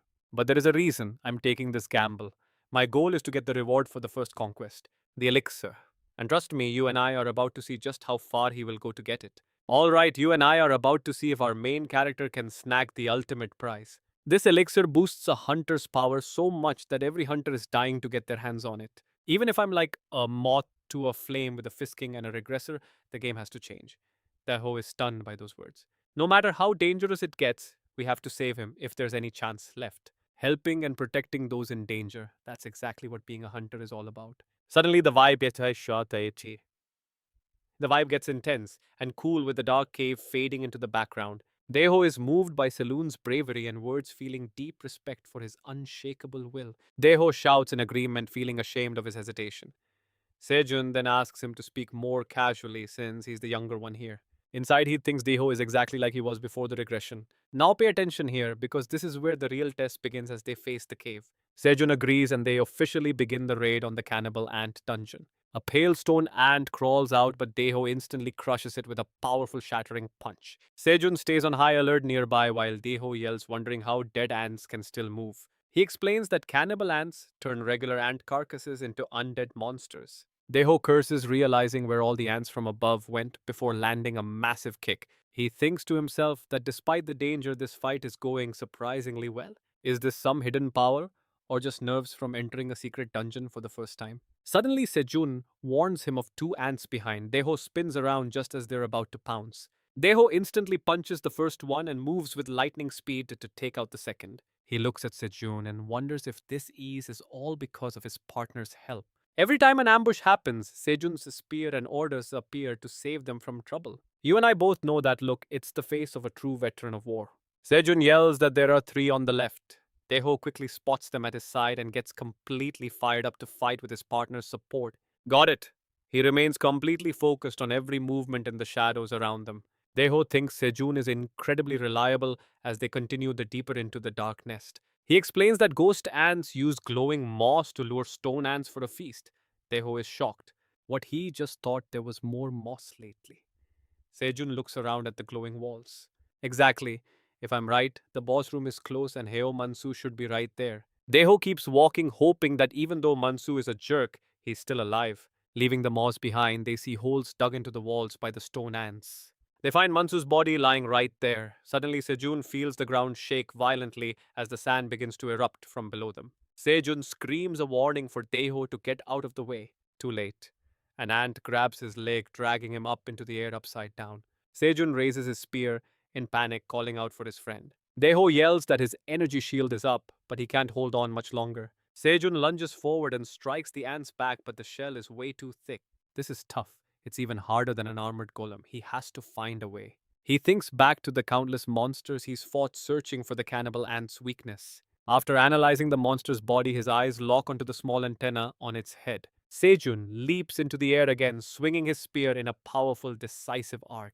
The antenna is sliced off instantly. The ant loses control and drops Deho to the ground. Sejun wonders if he hit it right as he remembers the feeling of the blade. Antenna and eyes. He slowly walks over to Deho and asks if he's all right. He looks back still, a bit shaken, but ready to keep going as they face the giant ant that's still very much alive. But trust me, you're going to want to see how they pull this beast out. Alright, let's dive into this showdown where Deho has no clue how to finish the fight. Sejun replies that hurting its eyes and antennae is not enough. We have to hit its real weak point. He turns and asks, can you do it? But before Deho can even answer, he says, you have to. I am sure you can. In that moment, a dark shadow from Deho's past suddenly flashes back to him. He remembers all the disappointment and the cruel words people said. A hunter using his fists. Are you just reckless? I do not think you fit my team. Leave. I cannot lead a fighting style I have never even seen before. I want you out. If you will not bring a weapon, at least try to be a little bit more clever. You only rely on brute strength. Why are you so ignorant? But Sejun was different. He was the first. Sejun smiled and reached out. Brother, your fighting style, honestly, it is pretty incredible. You are the best hunter I have ever met. Instantly, the hose will explode and his hands glow with intense energy. He answers with total confidence. Fine, I have got this. He believes in those words. Now pay attention here because Teho is about to do something absolutely insane.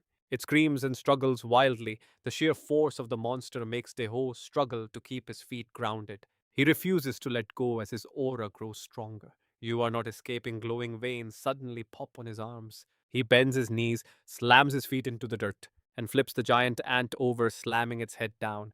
Its tail is covered in legs but looks surprisingly soft. He gasps for air, unable to believe what just happened right in front of his eyes. The bottom half, hidden underground, has no armor at all. He shouts to Sejun, I cannot hold it much longer. Sejun's spear is fully charged with energy. He gives a nod. You did great, brother. He slides forward with his weapon ready. This is enough. I am with the future king, so I cannot hold back. In one swift motion, he leaps high into the air, raising his spear as the ant roars in terror. With one strike, the blade slices through the soft tail, killing it instantly. The system alerts them. Hidden dungeon discovered. You are the first to slay a flesh-eating ant. Special mission complete. Sejun stands while the Ho holds the carcass. Sejun looks at him with a bright smile. Thank you for all your hard work. Another system alert pops up. Rewards for the first dungeon conqueror will be sent to you. The next day at the license bureau, the clerk checks the files. Let's see Lee Sejun and Yu Un-hye. She hands over two cards. These prove you are official hunters. Congratulations on passing your final exam. After so many struggles, I finally made it. I am officially a hunter now. Sejun and Un-hye walk home together. She's carrying Koa, but the little girl looks totally miserable. An-hee explains her snack was confiscated, even if this is a step toward the future. I cannot forget, this is just the beginning. But suddenly, something makes him stop in his tracks. What? You and I both know that glowing stone on his wrist means things are about to get even weirder. He stares in worry. Suddenly, Unhye's bag starts floating in midair thanks to some kind of magic. She panics. What is happening? The bag Sejun watches in shock as something is pulled out of it. That magic. A lollipop. Who would use magic for this? The candy seems to be exactly what the caster wanted. He looks at his daughter. Could it be? Is her body actually glowing? This is just like when the house collapsed. Koa's magic seems far too powerful for her to control. The little girl glares at the candy and uses her power to pull it right to her. That night, the family is finally back home. While Koa sleeps on the sofa, the two adults talk. She starts by saying, I do not think that was just Koa's magic. The girl is finally holding her precious candy. She sleeps soundly, clutching it tight. Sejun asks what really happened the day the house fell. And he answers. She asked where her father was. When I said she could not see him, she cried and everything collapsed. Sejun is stunned. He realizes that is exactly why they came looking for him in the first place. And that is where the mystery stands. Trust me, this little girl's power is only just beginning. You and I are about to witness something wild. The little girl, whose power already rivals no crushes any ordinary mage. In the future, she will wield this magic with insane strength. But right now, she is using it unconsciously, driven entirely by her emotions. He explains his theory. Every ounce of her ability seems to be ruled piece by whatever she is feeling in the moment. An-hee is visibly shaken by this news. How is that possible? They both turn to look at the child sleeping so peacefully. Sejun clarifies the danger. COA's mana is surging so fast it is reaching a point where she might lose control entirely. She stammers, terrified of the outcome. What happens to her then if this continues? Someone is going to get hurt, including the girl herself. He assures her there is a way to save her. Unhye flinches surprised as Sejun clenches his fist with pure determination. He knew this day was coming. Memories of his past life flash back times when her power went nuclear even before his regression.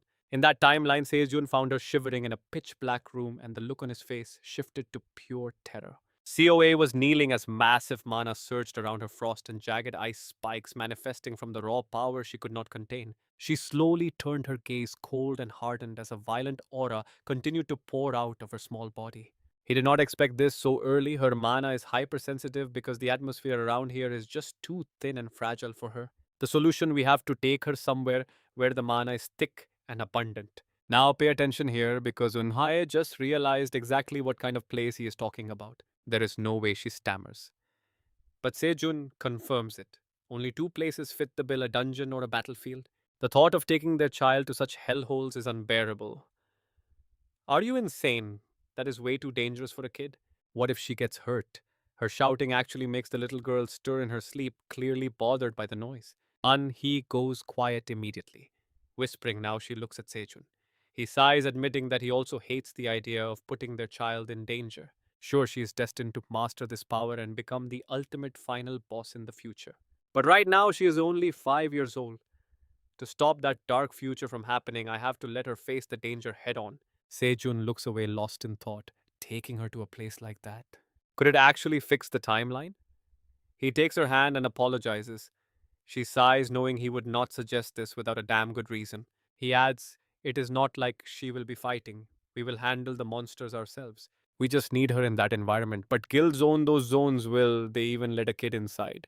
Let's find out." She scoffs, saying no sane guild leader would ever allow something that crazy. Suddenly it clicks. Sejun realizes he might actually know someone. He suggests giving them a call to ask for a huge favor. The next morning, they arrive at the bus station for Goryeo Sword Mountain. Sejunun Hye and COA are all standing right before the main entrance sign. She stares up at the steep stairs. Is this really the way to the sword house? Suddenly, a woman's silhouette appears before them. She welcomes them warmly. Un-hye turns startled while the little girl's face lights up with pure joy at the sight of her. It is Honorable COA immediately shouts, calling her the pretty sister, and Honorable waves back with a huge friendly smile. She tells the kid she has gotten even cuter and gets a big hug. Un-hye is confused, but Sejun steps up, scratching his head. He tells Hon he is here for a favor. She immediately invites them inside to chat once they have settled in. It is just a short walk up those stairs, she says, but when they look up, oh man, Sejun is stunned. It is not just a few steps, but hundreds of tiny ones climbing into the sky. A few steps, his voice trails off as they both start sweating buckets in dread. They are totally speechless. It feels like an eternity later, but they finally make it inside. COA is already chilling with her teddy bear. Meanwhile, the adults are completely dead. Those stairs were basically 3 kilometers of pure torture up a steep mountain slope. They collapse onto the table in a heap, while their daughter looks as fresh and energetic as ever. Kids, right? Sejun grumbles that the kids slept peacefully on Hornback the entire time. They look around, noticing how strange the house is. The interior is sleek and modern, but the outside is designed like a beautiful, traditional Hanok-style home. Anhai asks who Hon really is. She never expected their friend to be the granddaughter of the legendary sword saint himself. Hon brings out some tea and laughs. Most rookie hunters these days do not actually know who I am, she explains. I did not become a hunter for the fame, and I do not really want it anyway. She smiles, setting the tray down. You guys came here for my help, right? What is the plan? She pours everyone some tea and sits down to get to the point. Hon watches the little girl sleep and asks for clarification. You are talking about the Goryeo Sword Mountain battlefield, are you not? Exactly, because you and I both know that is where her family elite guild members go to train. Let's see if they will allow it. All right, you and I are diving into a world where reality is literally breaking apart at the seams. As Hon snaps photos of the kids, we learn that these cracks come in three deadly flavors. First, temporary cracks. They spawn a swarm of monsters before disappearing into thin air. Then there are corrosive cracks that swallow buildings to create dungeons. Opposing those are permanent cracks. They never fade, constantly pumping out monsters. Any area where these permanent monsters roam is officially known as a battlefield. Sejun asks if they can use one for training while Hon checks the local schedules online. She agrees, saying it might be awkward training with the rookies anyway. She will find a slot when the new recruits aren't practicing. Seo-jun can't believe it. Is it really that simple? He's definitely suspicious of how easy this is. Hon smiles, mentioning she owes him for the introduction to Mr. Kang Chioli. Un-H finally breathes a sigh of relief. Sejun was worried they'd get a flat no, but everything's looking up. She heads out to finalize the battlefield access. A little later, Un-H starts to worry. Hon is taking way longer than expected. Sejun reminds her the Goryeo sword grounds are massive and walking takes time. Suddenly, a woman swings the door open. She asks for Lady Hon, making Seojun wonder if she's a new recruit, but then he notices the man behind her. Sejun tells her she stepped out and asks what's up, The girl stutters, clearly nervous about the guest she's bringing. Now pay attention, because this is where the drama kicks in. Sejun spots the man Sung Soo-hyun and nearly chokes on his drink. What the hell is he doing here? The man recognizes Sejun too, asking mockingly who let this person in. He remembers Yoon Hye from before. Sejun feels incredibly awkward that this arrogant guy actually remembered his name. Soo Hyun scoffs to the girl, complaining that it's a total waste of his time since Hon is busy. The girl suggests he come back later. Sejun is baffled. How can he show his face here after the tongue lashing Hon gave him? Based on their vibe, it's their first time meeting. Then Soo Hyun turns his gaze towards Sejun. His face turns dark. Before leaving, he suddenly points a finger straight at Sejun. Our hero has no clue what's coming. He growls dangerously, his killing intent filling the room. He demands the candidates step outside, and Sejun is officially fed up. A few moments later, Sejun finally faces off with Soo-hyun under the shade of a large tree. Sejun looks grim, watching Soo-hyun soak up the attention.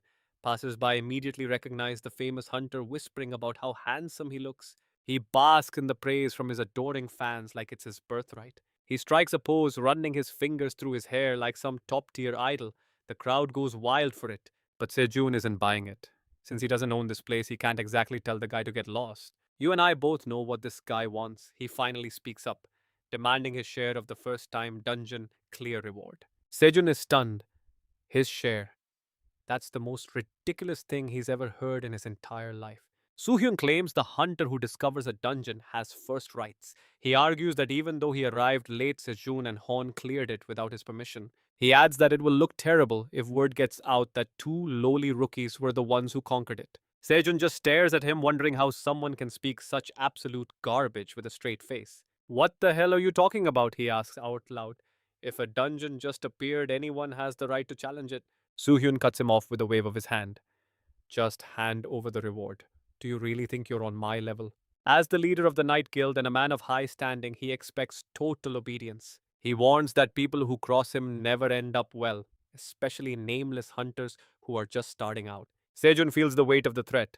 Nearby, two girls spot Soo-hyun and immediately start blushing at his good looks. He flashes them a friendly, winning smile, but his expression flips the second Sejun opens his mouth to fire back. Sejun points out how terrified he looked before. Soo-hyun freezes, then quickly hides his shock behind a calm, cool mask. You're finally showing your true colors. Soo-hyun sneers. Sejun is beyond annoyed. What's that supposed to mean? Who was the one dragging everyone down? We were in danger while you were looking for an exit, you coward. Soo-hyun's fist clenches in rage. Soo-hyun snarls a warning. He tells Sejun his patience for insults is running thin. Sejun just scoffs, saying he finally understands why Hon said what she did. You don't have what it takes to be a hunter. Hearing that from a rookie makes Soo-hyun's blood absolutely boil. Just then, Hon returns, greeting everyone with her usual cheer. Sorry for the wait, guys. I managed to get the permission we needed. Trust me, the look on her face says it all when she realizes Sejun is missing. Only ONH and her kid are left. Alright, you and I are about to find out where Sejun went. Sun arrived and they have gone outside to talk. Hearing this, Hon jumps up and shouts, What? Why is that bastard here? Hey, should we go and check out Goryo's house or something? Meanwhile, Uni is deep in thought, worrying about Sejun. Once he starts training, he pushes himself without taking a single break. She even saw him spend the entire night studying the battlefield. She fears he's overdoing it. Outside, Sejun and Soo-hyun face off. Both draw their weapons ready for a life or death battle. Sejun raises his spear, his aura thick and heavy. In a flash, he delivers 3 devastating strikes against the enemy blade. Soo-hyun cannot even fight back. As the attacks keep coming, he is forced into a desperate shaking retreat to keep his guard. He is shocked. How is a mere trainee pushing him back when he was the one who launched the first strike? His grip falters. This overwhelming pressure is even more terrifying than the time he faced the Great Spider and was nearly crushed.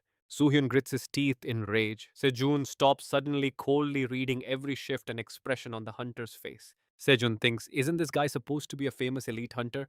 He shifts his stance while Soo-hyun raises his sword in a frantic block. He keeps thinking this guy is not just fast, his reflexes and instincts are on an entirely different level. His swordsmanship is incredibly precise and fluid. Meanwhile, Soo-hyun is struggling and using every ounce of strength just to stay alive. He is spiraling. How can a rookie have this much skill? It is as if he has over 10 years of combat experience. He should not be this good, yet Soo-hyun is forced to fight with everything he has. Their blades clash in a flurry of sparks. Sejun thrusts his spear upward, nearly disarming him. Soo-hyun fumbles, barely clinging to his weapon in a state of pure desperation. Raising his spear, Sejun realizes victory is within reach. He knows if this greedy snake is after rewards, he will definitely target Unhee next. This slippery bastard is a direct threat to her and a danger to everyone around her. In the worst case scenario, he will try to recruit her into his own guild. If that happens, everything will fall apart just like before the regression. Now pay attention, because Sejun is lunging forward for the final blow. He is going to end this bastard here to protect his friends and his future. Suddenly, Sejun's world starts spinning. Wait, what is happening to him right now? He collapses to the ground. Sweat pours off him as his body shakes with exhaustion. Did he finally push himself too far? Why does this have to happen now? He looks up at Soo-hyun, but his vision is a blurry, distorted, and unstable mess. Soo-hyun stands over him, looking down at the broken hunter who is struggling just to breathe on the floor. He assumes Sejun drained every drop of mana in that wild frenzy. I got lucky, he thinks, but then he stops. Did he really just admit that? He refuses to admit a rookie overpowered him. Maybe he should just finish him off and get rid of the evidence right here. He grips his sword with evil intent. A dark plan forms. He will kill him and call it a tragic accident during practice. If he uses enough money to hush things up, he can get away with this murder without any problems. He raises his blade for the kill, but suddenly clank. His sword is violently knocked away before he can strike. You and I both knew someone had to stop this. The Sword Saint appears, knocking the blade away and leaving Soo-hyun absolutely terrified. The Sword Saint Sejun just grips his own stiff and trembling wrist in silence while looking at the master. The saint's voice booms across the courtyard. While this place is meant for training, that blade you are holding has pushed things way too far. Soo-hyun turns pale. The Sword Saint's aura explodes in pure rage as he shouts, "Get lost! Get out of here! Right now!" Just then, Hayeon and Unhee arrive.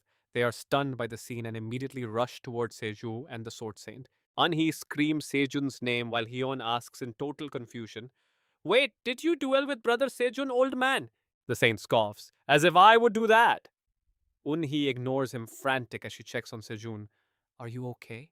You look so pale." Leaning on his spear, he gasps out a reply, "I am fine, just a bit exhausted, that is all." The Sword Saint speaks up.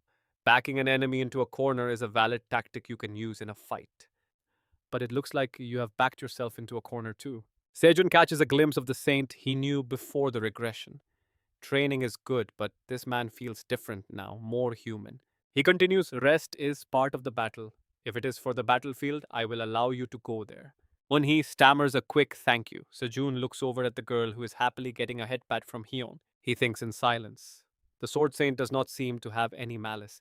Maybe he was just worrying too much about the past. Then the Saint adds, "But for now I am going to force you to take a break." Outside, Soo-hyun bolts like a coward. 2 days later, they are fully rested and heading to the front. Stick with me, this is where it gets epic. You and I are diving back in as Unhee asks if he's okay. Sejun smirks, saying he feels great, thanks to her. Unhee is relieved but still totally shocked. She can't believe he actually managed to sleep for 2 whole days straight. Sejun looks toward the horizon with a serious expression. It's time to focus on the real battle ahead of them. Unhee wonders if the battlefield is safer than the dungeons. Sejun just asks if she's finished reading his notes yet. She nods, confirming she's got the plan down. Now they can move through this area without running into any major trouble. Now pay attention because something's watching them from the shadows, glowing red eyes full of malice. A pack of ape monsters slowly closes in. Sejun asks about Sea and she explains that Hon is watching the girl. Sejun and Unhee immediately back each other up. With the kids safe, they can finally go all out in this fight. Let's end this fast. I'm already starting to miss my kid. I'm actually a bit jealous that Hon gets to play with her. Even in a place like this, Hon still finds a way to have fun with little Sea, doesn't she? Meanwhile, Hon is playing with little Sea, but the girl is subconsciously using mana to make her stuffed animals move. She introduces the bear family, but Hon is just standing there frozen, watching the plushies dance around by themselves. Silence fills the air. Watching Seiya play with dolls controlled by pure magic has Hon feeling completely baffled and confused. Are those dolls actually moving? Or the little girl just smiles and says, "The rabbit is her beautiful sister Hyun." After taking down the monsters, Sejun checks his stone. Based on the light energy, no one else is hiding nearby. Anhee quickly runs over to catch up. She tells Sejun that everything is clear on her side of the field. He smiles, suggesting they hide the bodies before picking up Se. They call out to Hon, giving her a huge fright. Se-jun and Eun-hee walk up slowly, asking if they missed anything or if something happened while they were gone. Hon stammers, looking nervous. She says it's not a huge deal, but she isn't sure if she should even ask this. In that moment, both Se-jun and Eun-hee freeze. They see Se-ah playing with dolls fueled by her own mana. This was the one thing Hon needed to know. She looks at them and asks if Se-ah is actually a mage. After a long discussion with Eun-hee, they finally sit down and admit that Se-ah can indeed use magic. There's no point in denying it anymore. Plus, they know Hon won't spread the secret. Hon stays quiet, processing the news. It's best to keep this a secret. If the Magic Tower finds out, they might kidnap her for their twisted energy research. The Magic Tower is a massive organization built by powerful sorcerers. Mages are rare in this world because their potential to create infinite possibilities is seen as a major threat. But here's the kicker. Before he regrets, the tower actually used their influence to snatch Sei away. He's trying to stabilize her energy specifically to avoid their pursuit. Han realizes that's why they came to this battlefield. She decides to join them, worried about hidden enemies. Sejun is surprised she'd volunteer for such a dangerous mission. She just laughs and says, if it's for Sei, it's nothing. 3 people are always better than 2, right? Besides, she wants to test out a brand new move. With that decided, the group sets off together into the unknown. Honun-hee and Sejun carry Se-ah into the war zone. Suddenly, the little girl's eyes glow with the magic. She sees streams of mana floating through the air. She points them out, fascinated by how sparkly everything looks to her. Sejun wonders if she can see raw energy. It's something normal people can't perceive in the air at all. Se gives them a bright smile. She says the place feels great and that she's already starting to feel better. But Sejun notices the light on his wrist stone is fading. He tells Eun-hee that it definitely helped for now. She breathes a sigh of relief. She suggests they stay there for just a moment longer before heading back home. Suddenly, Sejun senses something incredibly wrong. He hears a strange noise and looks up toward the sky in alarm. It's a siren. He recognizes that sound immediately. He yells for everyone to run for the exit right now. They bolt toward the cave entrance. Eun-hee screams, wondering why the alarm is going off while they're still inside. That's the specific sound that plays whenever a new rift begins to open in the world. Just as they reach the entrance, a massive earthquake hits. The cave collapses, sealing the exit with heavy boulders and debris. Sejun can't believe his eyes. The exit is buried as the system suddenly announces that a battlefield boss has appeared. He hears a terrifying sound. Everyone turns around as a massive dark shadow begins to loom over their entire group. A sudden quest appears. Hunt the mountain golem. Trust me, you and I won't want to miss this fight. Alright, you and I are about to see a massive stone golem crash this party with eyes glowing dangerously. Sejun is still holding Koa, explaining that this is the distinct sound of a field boss appearing. He decides to let Uni take the baby while she looks at him nervously. Daddy Sejun orders Uni get as far away as possible. Since you are the fastest, I am sure you can keep Koa safe. He turns back to face the boss once more. I brought everyone here after confirming it was not time for a field boss to spawn. Plus, field bosses do not usually travel alone like this. It was probably drawn in by the energy. Sejun shouts as he notices the golem raising its arm to attack. It is coming spread out. As the golem slams its hands down, the entire ground is uprooted, but the 3 hunters have already escaped the impact. Through the thick cloud of dust, Sejun's silhouette finally appears. Pay attention here, because if they do not hit the core perfectly, this golem is going to crush them both instantly. In other words, the only way we can take it down is by finding that hidden core. With his plan set, Sejun charges toward the golem while Hon leaps onto the stone giant's arm. Before it can pull its arm back, Sejun observes carefully. Hon signals to him, making a throat-cutting gesture. Sejun nods in understanding. He continues searching the most common spots for the core, like the head or neck. Because if we attack too hastily, we will just draw all of its aggro. Sejun lands on the golem's body while Hon keeps moving. We need to get in position and slice the core together. Both of them raise their weapons at the same time, channeling a massive amount of aura into their blades. But suddenly Sejun freezes as the ground shakes. He falls right when he was about to land the blow. His spear accidentally stabs into the rock before he could build enough power. He whispers an earthquake, "No." The golem is preparing to move. The stone giant takes a step, shaking everything while Sejun is still on its head. He slowly looks ahead and sees a familiar figure down below.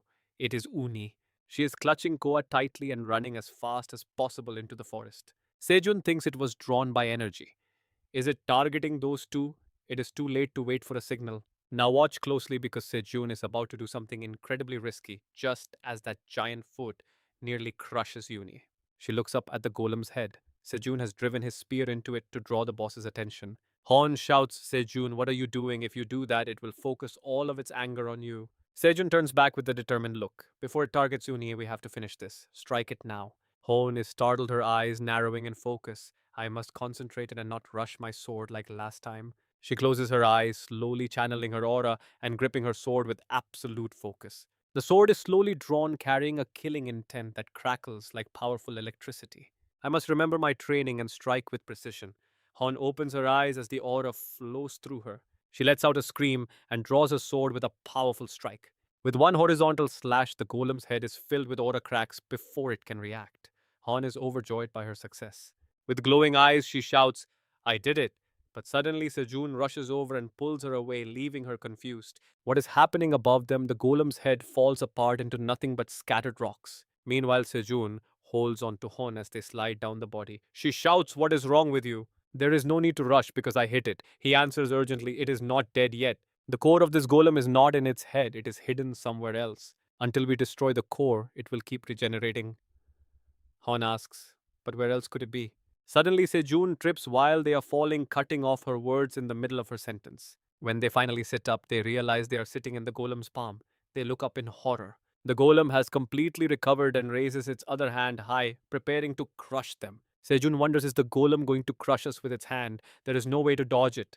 Both Hon and Sejun break into a cold sweat as they watch the massive hand descend, but something else approaches. You and I just witnessed a miracle as both the golem's hands are suddenly caught by a massive arm of ice. Alright, you and I are about to witness the most unexpected summon ever, a giant ice teddy bear.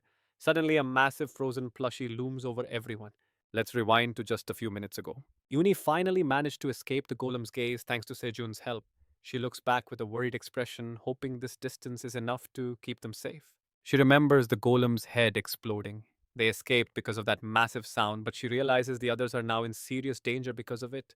When Uni sets Koa down, the little girl looks up and asks her mother if that thing is a bad monster. She asks if her dad and the rabbit sister are fighting it. Hearing this, Uni stands up and looks back at the battle. She tells her daughter that's why she has to go help. Excited, Koa says she wants to help too, and suddenly steps forward. Uni is terrified. She suddenly falls silent when she notices that her daughter's breath is coming out as thick white frost. Uni panics, seeing a trail of ice forming under Koa's feet as a wave of intense cold radiates from the little girl.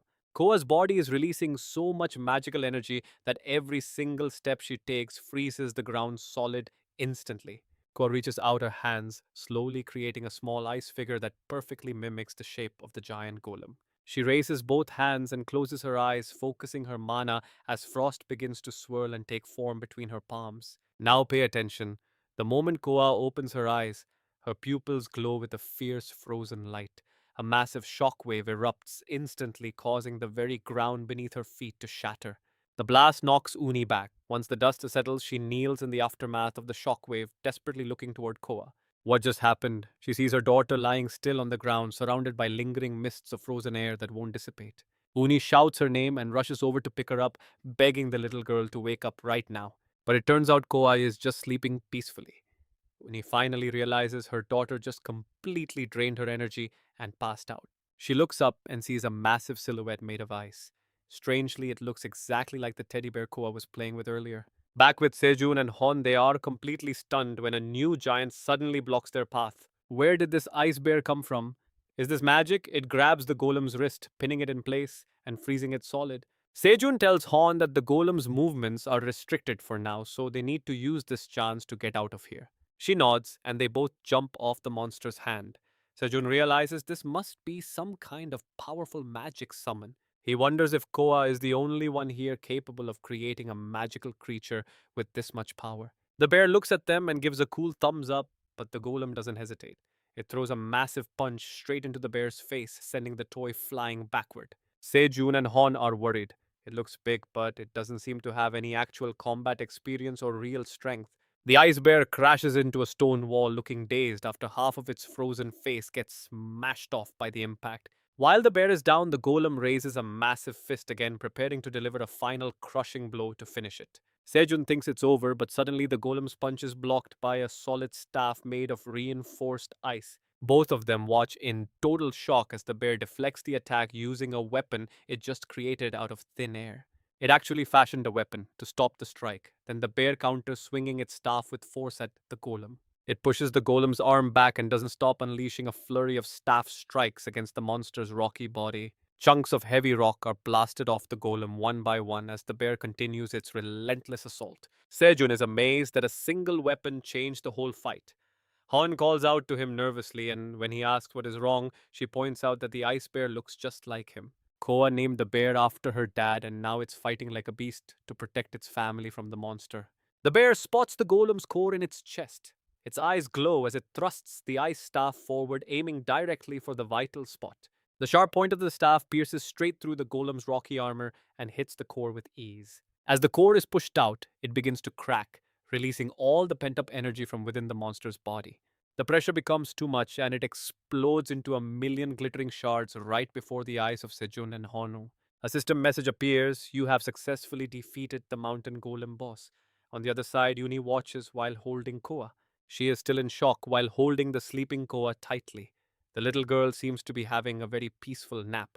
The quest complete notification pops up as night falls. They finally head back to their inn safely after the battle. Sejun gets on a call with Hon, who promises to make sure nothing about Koa's power appears in the official reports. He asks her if she's really sure she can handle a cover up for something this massive. She tells him not to worry, reminding him she is the granddaughter of the Sword Saint after all. Sejun agrees to leave it to her. As Uni applies bandages to his face, she asks if he has any other injuries. Trust me, you and I are definitely ready for the next chapter. Stick with me. You are about to see Sejun smile while hiding a secret that could change everything. He thanks her for caring, then looks at the sofa where Eunhye says their little girl is finally asleep. Inside the bedroom, Sia is resting with her bear, totally exhausted after creating that massive beast from pure ice. She is still out cold even after they get home, which makes sense considering she actually created new magic. Usually, summoning means calling a spirit beast by using the caster's mana, but what she did was on another level. She created a brand new entity from scratch. Calling and creating, those are two completely different tiers of power.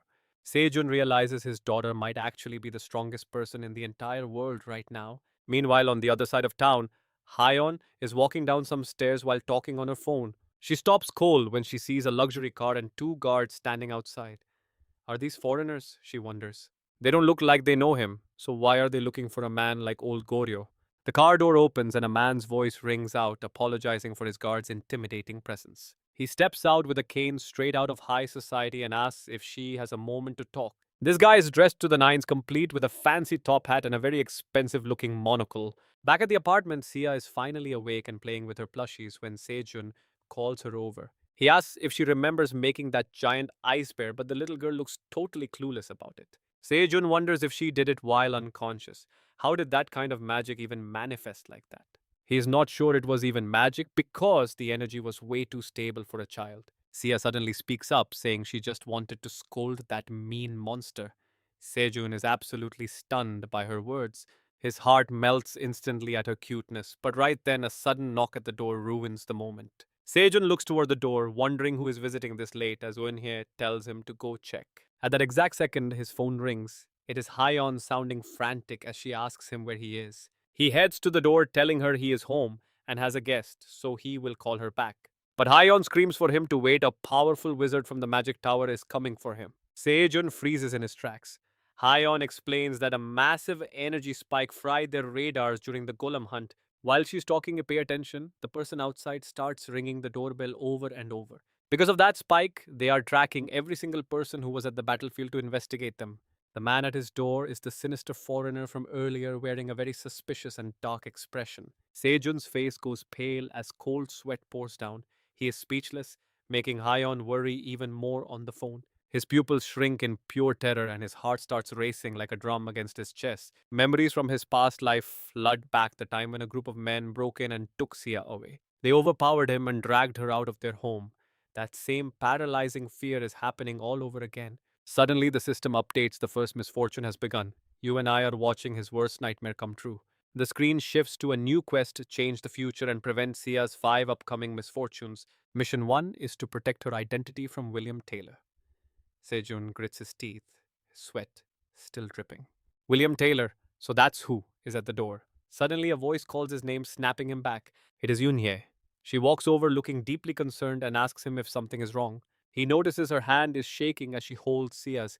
He tells Hyon he'll handle this and hangs up. He kneels down to Sia's level while talking to Yunhye, trying to keep his voice steady and calm. He explains that people from the Magic Tower are here because of what happened at the battlefield.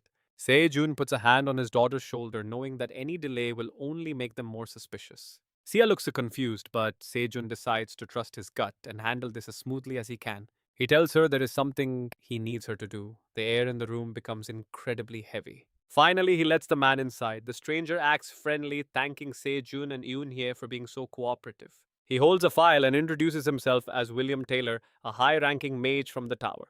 This is just the start. You and I are going to have to wait and see if he can protect her. All right, you and I are about to dive into a tense standoff. Sejun and Eunhee sit across from William, who grips his daughter guardedly. Sejun replies with a calm voice, acknowledging him, but his mind is racing. He knows exactly who this man is, William Taylor. Before Sejun regressed, William Taylor was the manager of the British branch of the tower, a man with a massive reputation. Even though his current rank is unknown, there is no doubt that he is an incredibly talented and dangerous individual.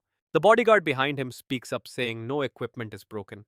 Sejun watches him, realizing they must be checking for lingering energy traces. Luckily, they do not recognize the specific energy from Koa. That is a very good sign for our group. The little girl clings to her father's shirt, visibly anxious. In a flashback, Sejun had grabbed Koa by the shoulders and called her name. She answered softly, and he explained urgently that bad people were tracking her power and heading their way right now. Hearing that, Koa became worried about the bad people. Sejun then asked if she understood the energy she was holding inside. He told her to hide that power deep within herself. Determined not to let him down, the little girl nodded with everything she had. Unhee was confused at the time, asking what was going on with the young girl. Sejun explained that if his gut was right, Koa's magic circles were not chaotic from lack of control, but because no one ever taught her. Now watch closely, this is where we see her true potential. Shoa starts performing magic she has never even attempted before. She closed her eyes tight, chanting the spell silently in her mind. Back in the present, William finishes reviewing the family records. William notes that not only did Sejun and Unhai pass their exams with excellent results, but Sejun also encountered an unexpected crack. Sejun confirms it. William then asks if they recently visited the battlefield at Goryo Sword House. The air in the room turns heavy. Hearing the question, Unhye's face darkens as she confirms they were there.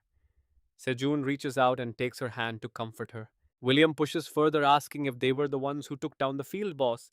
Sejun honestly replies they defeated it alongside Hornier. He is worried by his honesty and watches him closely. William then quickly pulls out a photograph and places it on the table. He gets straight to the point, mentioning they found evidence of massive energy usage and several suspicious items left on that battlefield. Sejun looks closely and immediately recognizes the remnants of the ice teddy bear. He knows exactly what those traces are. He deduces that after the teddy bear defeated the mountain golem, it must have shattered into pieces and melted away into nothing. You and I both know Sejun is lying here. He thinks carefully and tells William he does not recognize anything in the photo. William listens, but a seed of suspicion begins to grow in his gut. He is not entirely convinced by the casual dismissal. He considers the facts. Both of them possess strong energy, but it should not be at the level required to manifest such magic. He decides they might have the wrong people and gives a friendly smile, thanking them both for cooperating with the investigation. Once William leaves, Koa gets to use the phone for a video call with Hyeon. Hyeon looks relieved to see the girl safe. The bunny sister on the screen says she was worried to death. Koa smiles while Unhee leans against Sejun and exhales in relief. Unhee admits she was terrified, thinking they were all about to be arrested right then and there. It was a close call. She mentions that even little Koa was scared, but luckily she is doing fine now. Meanwhile, Koa just giggles innocently at the screen. Ani says that if everything is settled, there is no reason to be on guard against the tower anymore. Right. Sejun tells her they should sleep on it, but suddenly he notices the system window. The quest is still exactly as it was before. He breaks out in a cold sweat. The system shows that the mission is still listed as not yet completed. This means Koa's first misfortune is still not over. We escaped one threat, but the real danger might be just beginning. If William Taylor ever notices Koa's true energy, Sejun wonders if he could actually stop a man of that caliber. He is only slightly stronger than an average person. Against William, he would lose miserably. Honestly, against almost anyone, he would still lose. The harsh reality is that Koa's enemies are not just the magic tower, it could very well be the entire world against her. He cannot ignore the truth anymore. He needs to get much stronger by using every tool and piece of knowledge at his disposal. He has been way too cautious with his knowledge of the future, but now the time for being careful is officially over. Late that night, while Unhye and Ko are fast asleep, Sejun goes to the living room and looks at the messy documents. He places his hand on the desk, searching intently. To make his plan work, he first needs to find one specific person. Among the papers is a profile of a woman who looks like a seasoned professional. She is exactly who he needs. 1 week later, on a car's television, a female reporter announces she will prove the quality of the story. Inside are two people. The woman asks if her interview is already being broadcast. The driver nervously asks if she will be okay going alone. And that is where we leave it. Trust me, you and I are going to want to see who this mystery woman really is. Alright, you and I are about to watch a rich heiress find out that dungeons are no place for a PR stunt. After reaching a gate marked with a stop sign, the car brakes hard and the woman steps out into the open. The second she appears, the city crowd can't look away. Everyone is whispering her name. That is the famous Heir. The daughter of that massive corporation is actually here. Look at that high-end gear. Iram flips her hair with total confidence. She pulls out a handgun and locks her round into the chamber. Iram looks down with a smirk. Shall we head down? Waiting for her is a desolate, crumbling dungeon, the underground battlefield of the Wangwamun station platform. Iram steps into the gloomy atmosphere. She scans the area with caution, but there isn't a single monster in sight. Did someone already clear them out? My weapons and armor are ready, and my condition is perfect. Everything should be fine. So, why am I shaking? Hiram can feel herself breaking into a cold sweat as pure fear washes over her.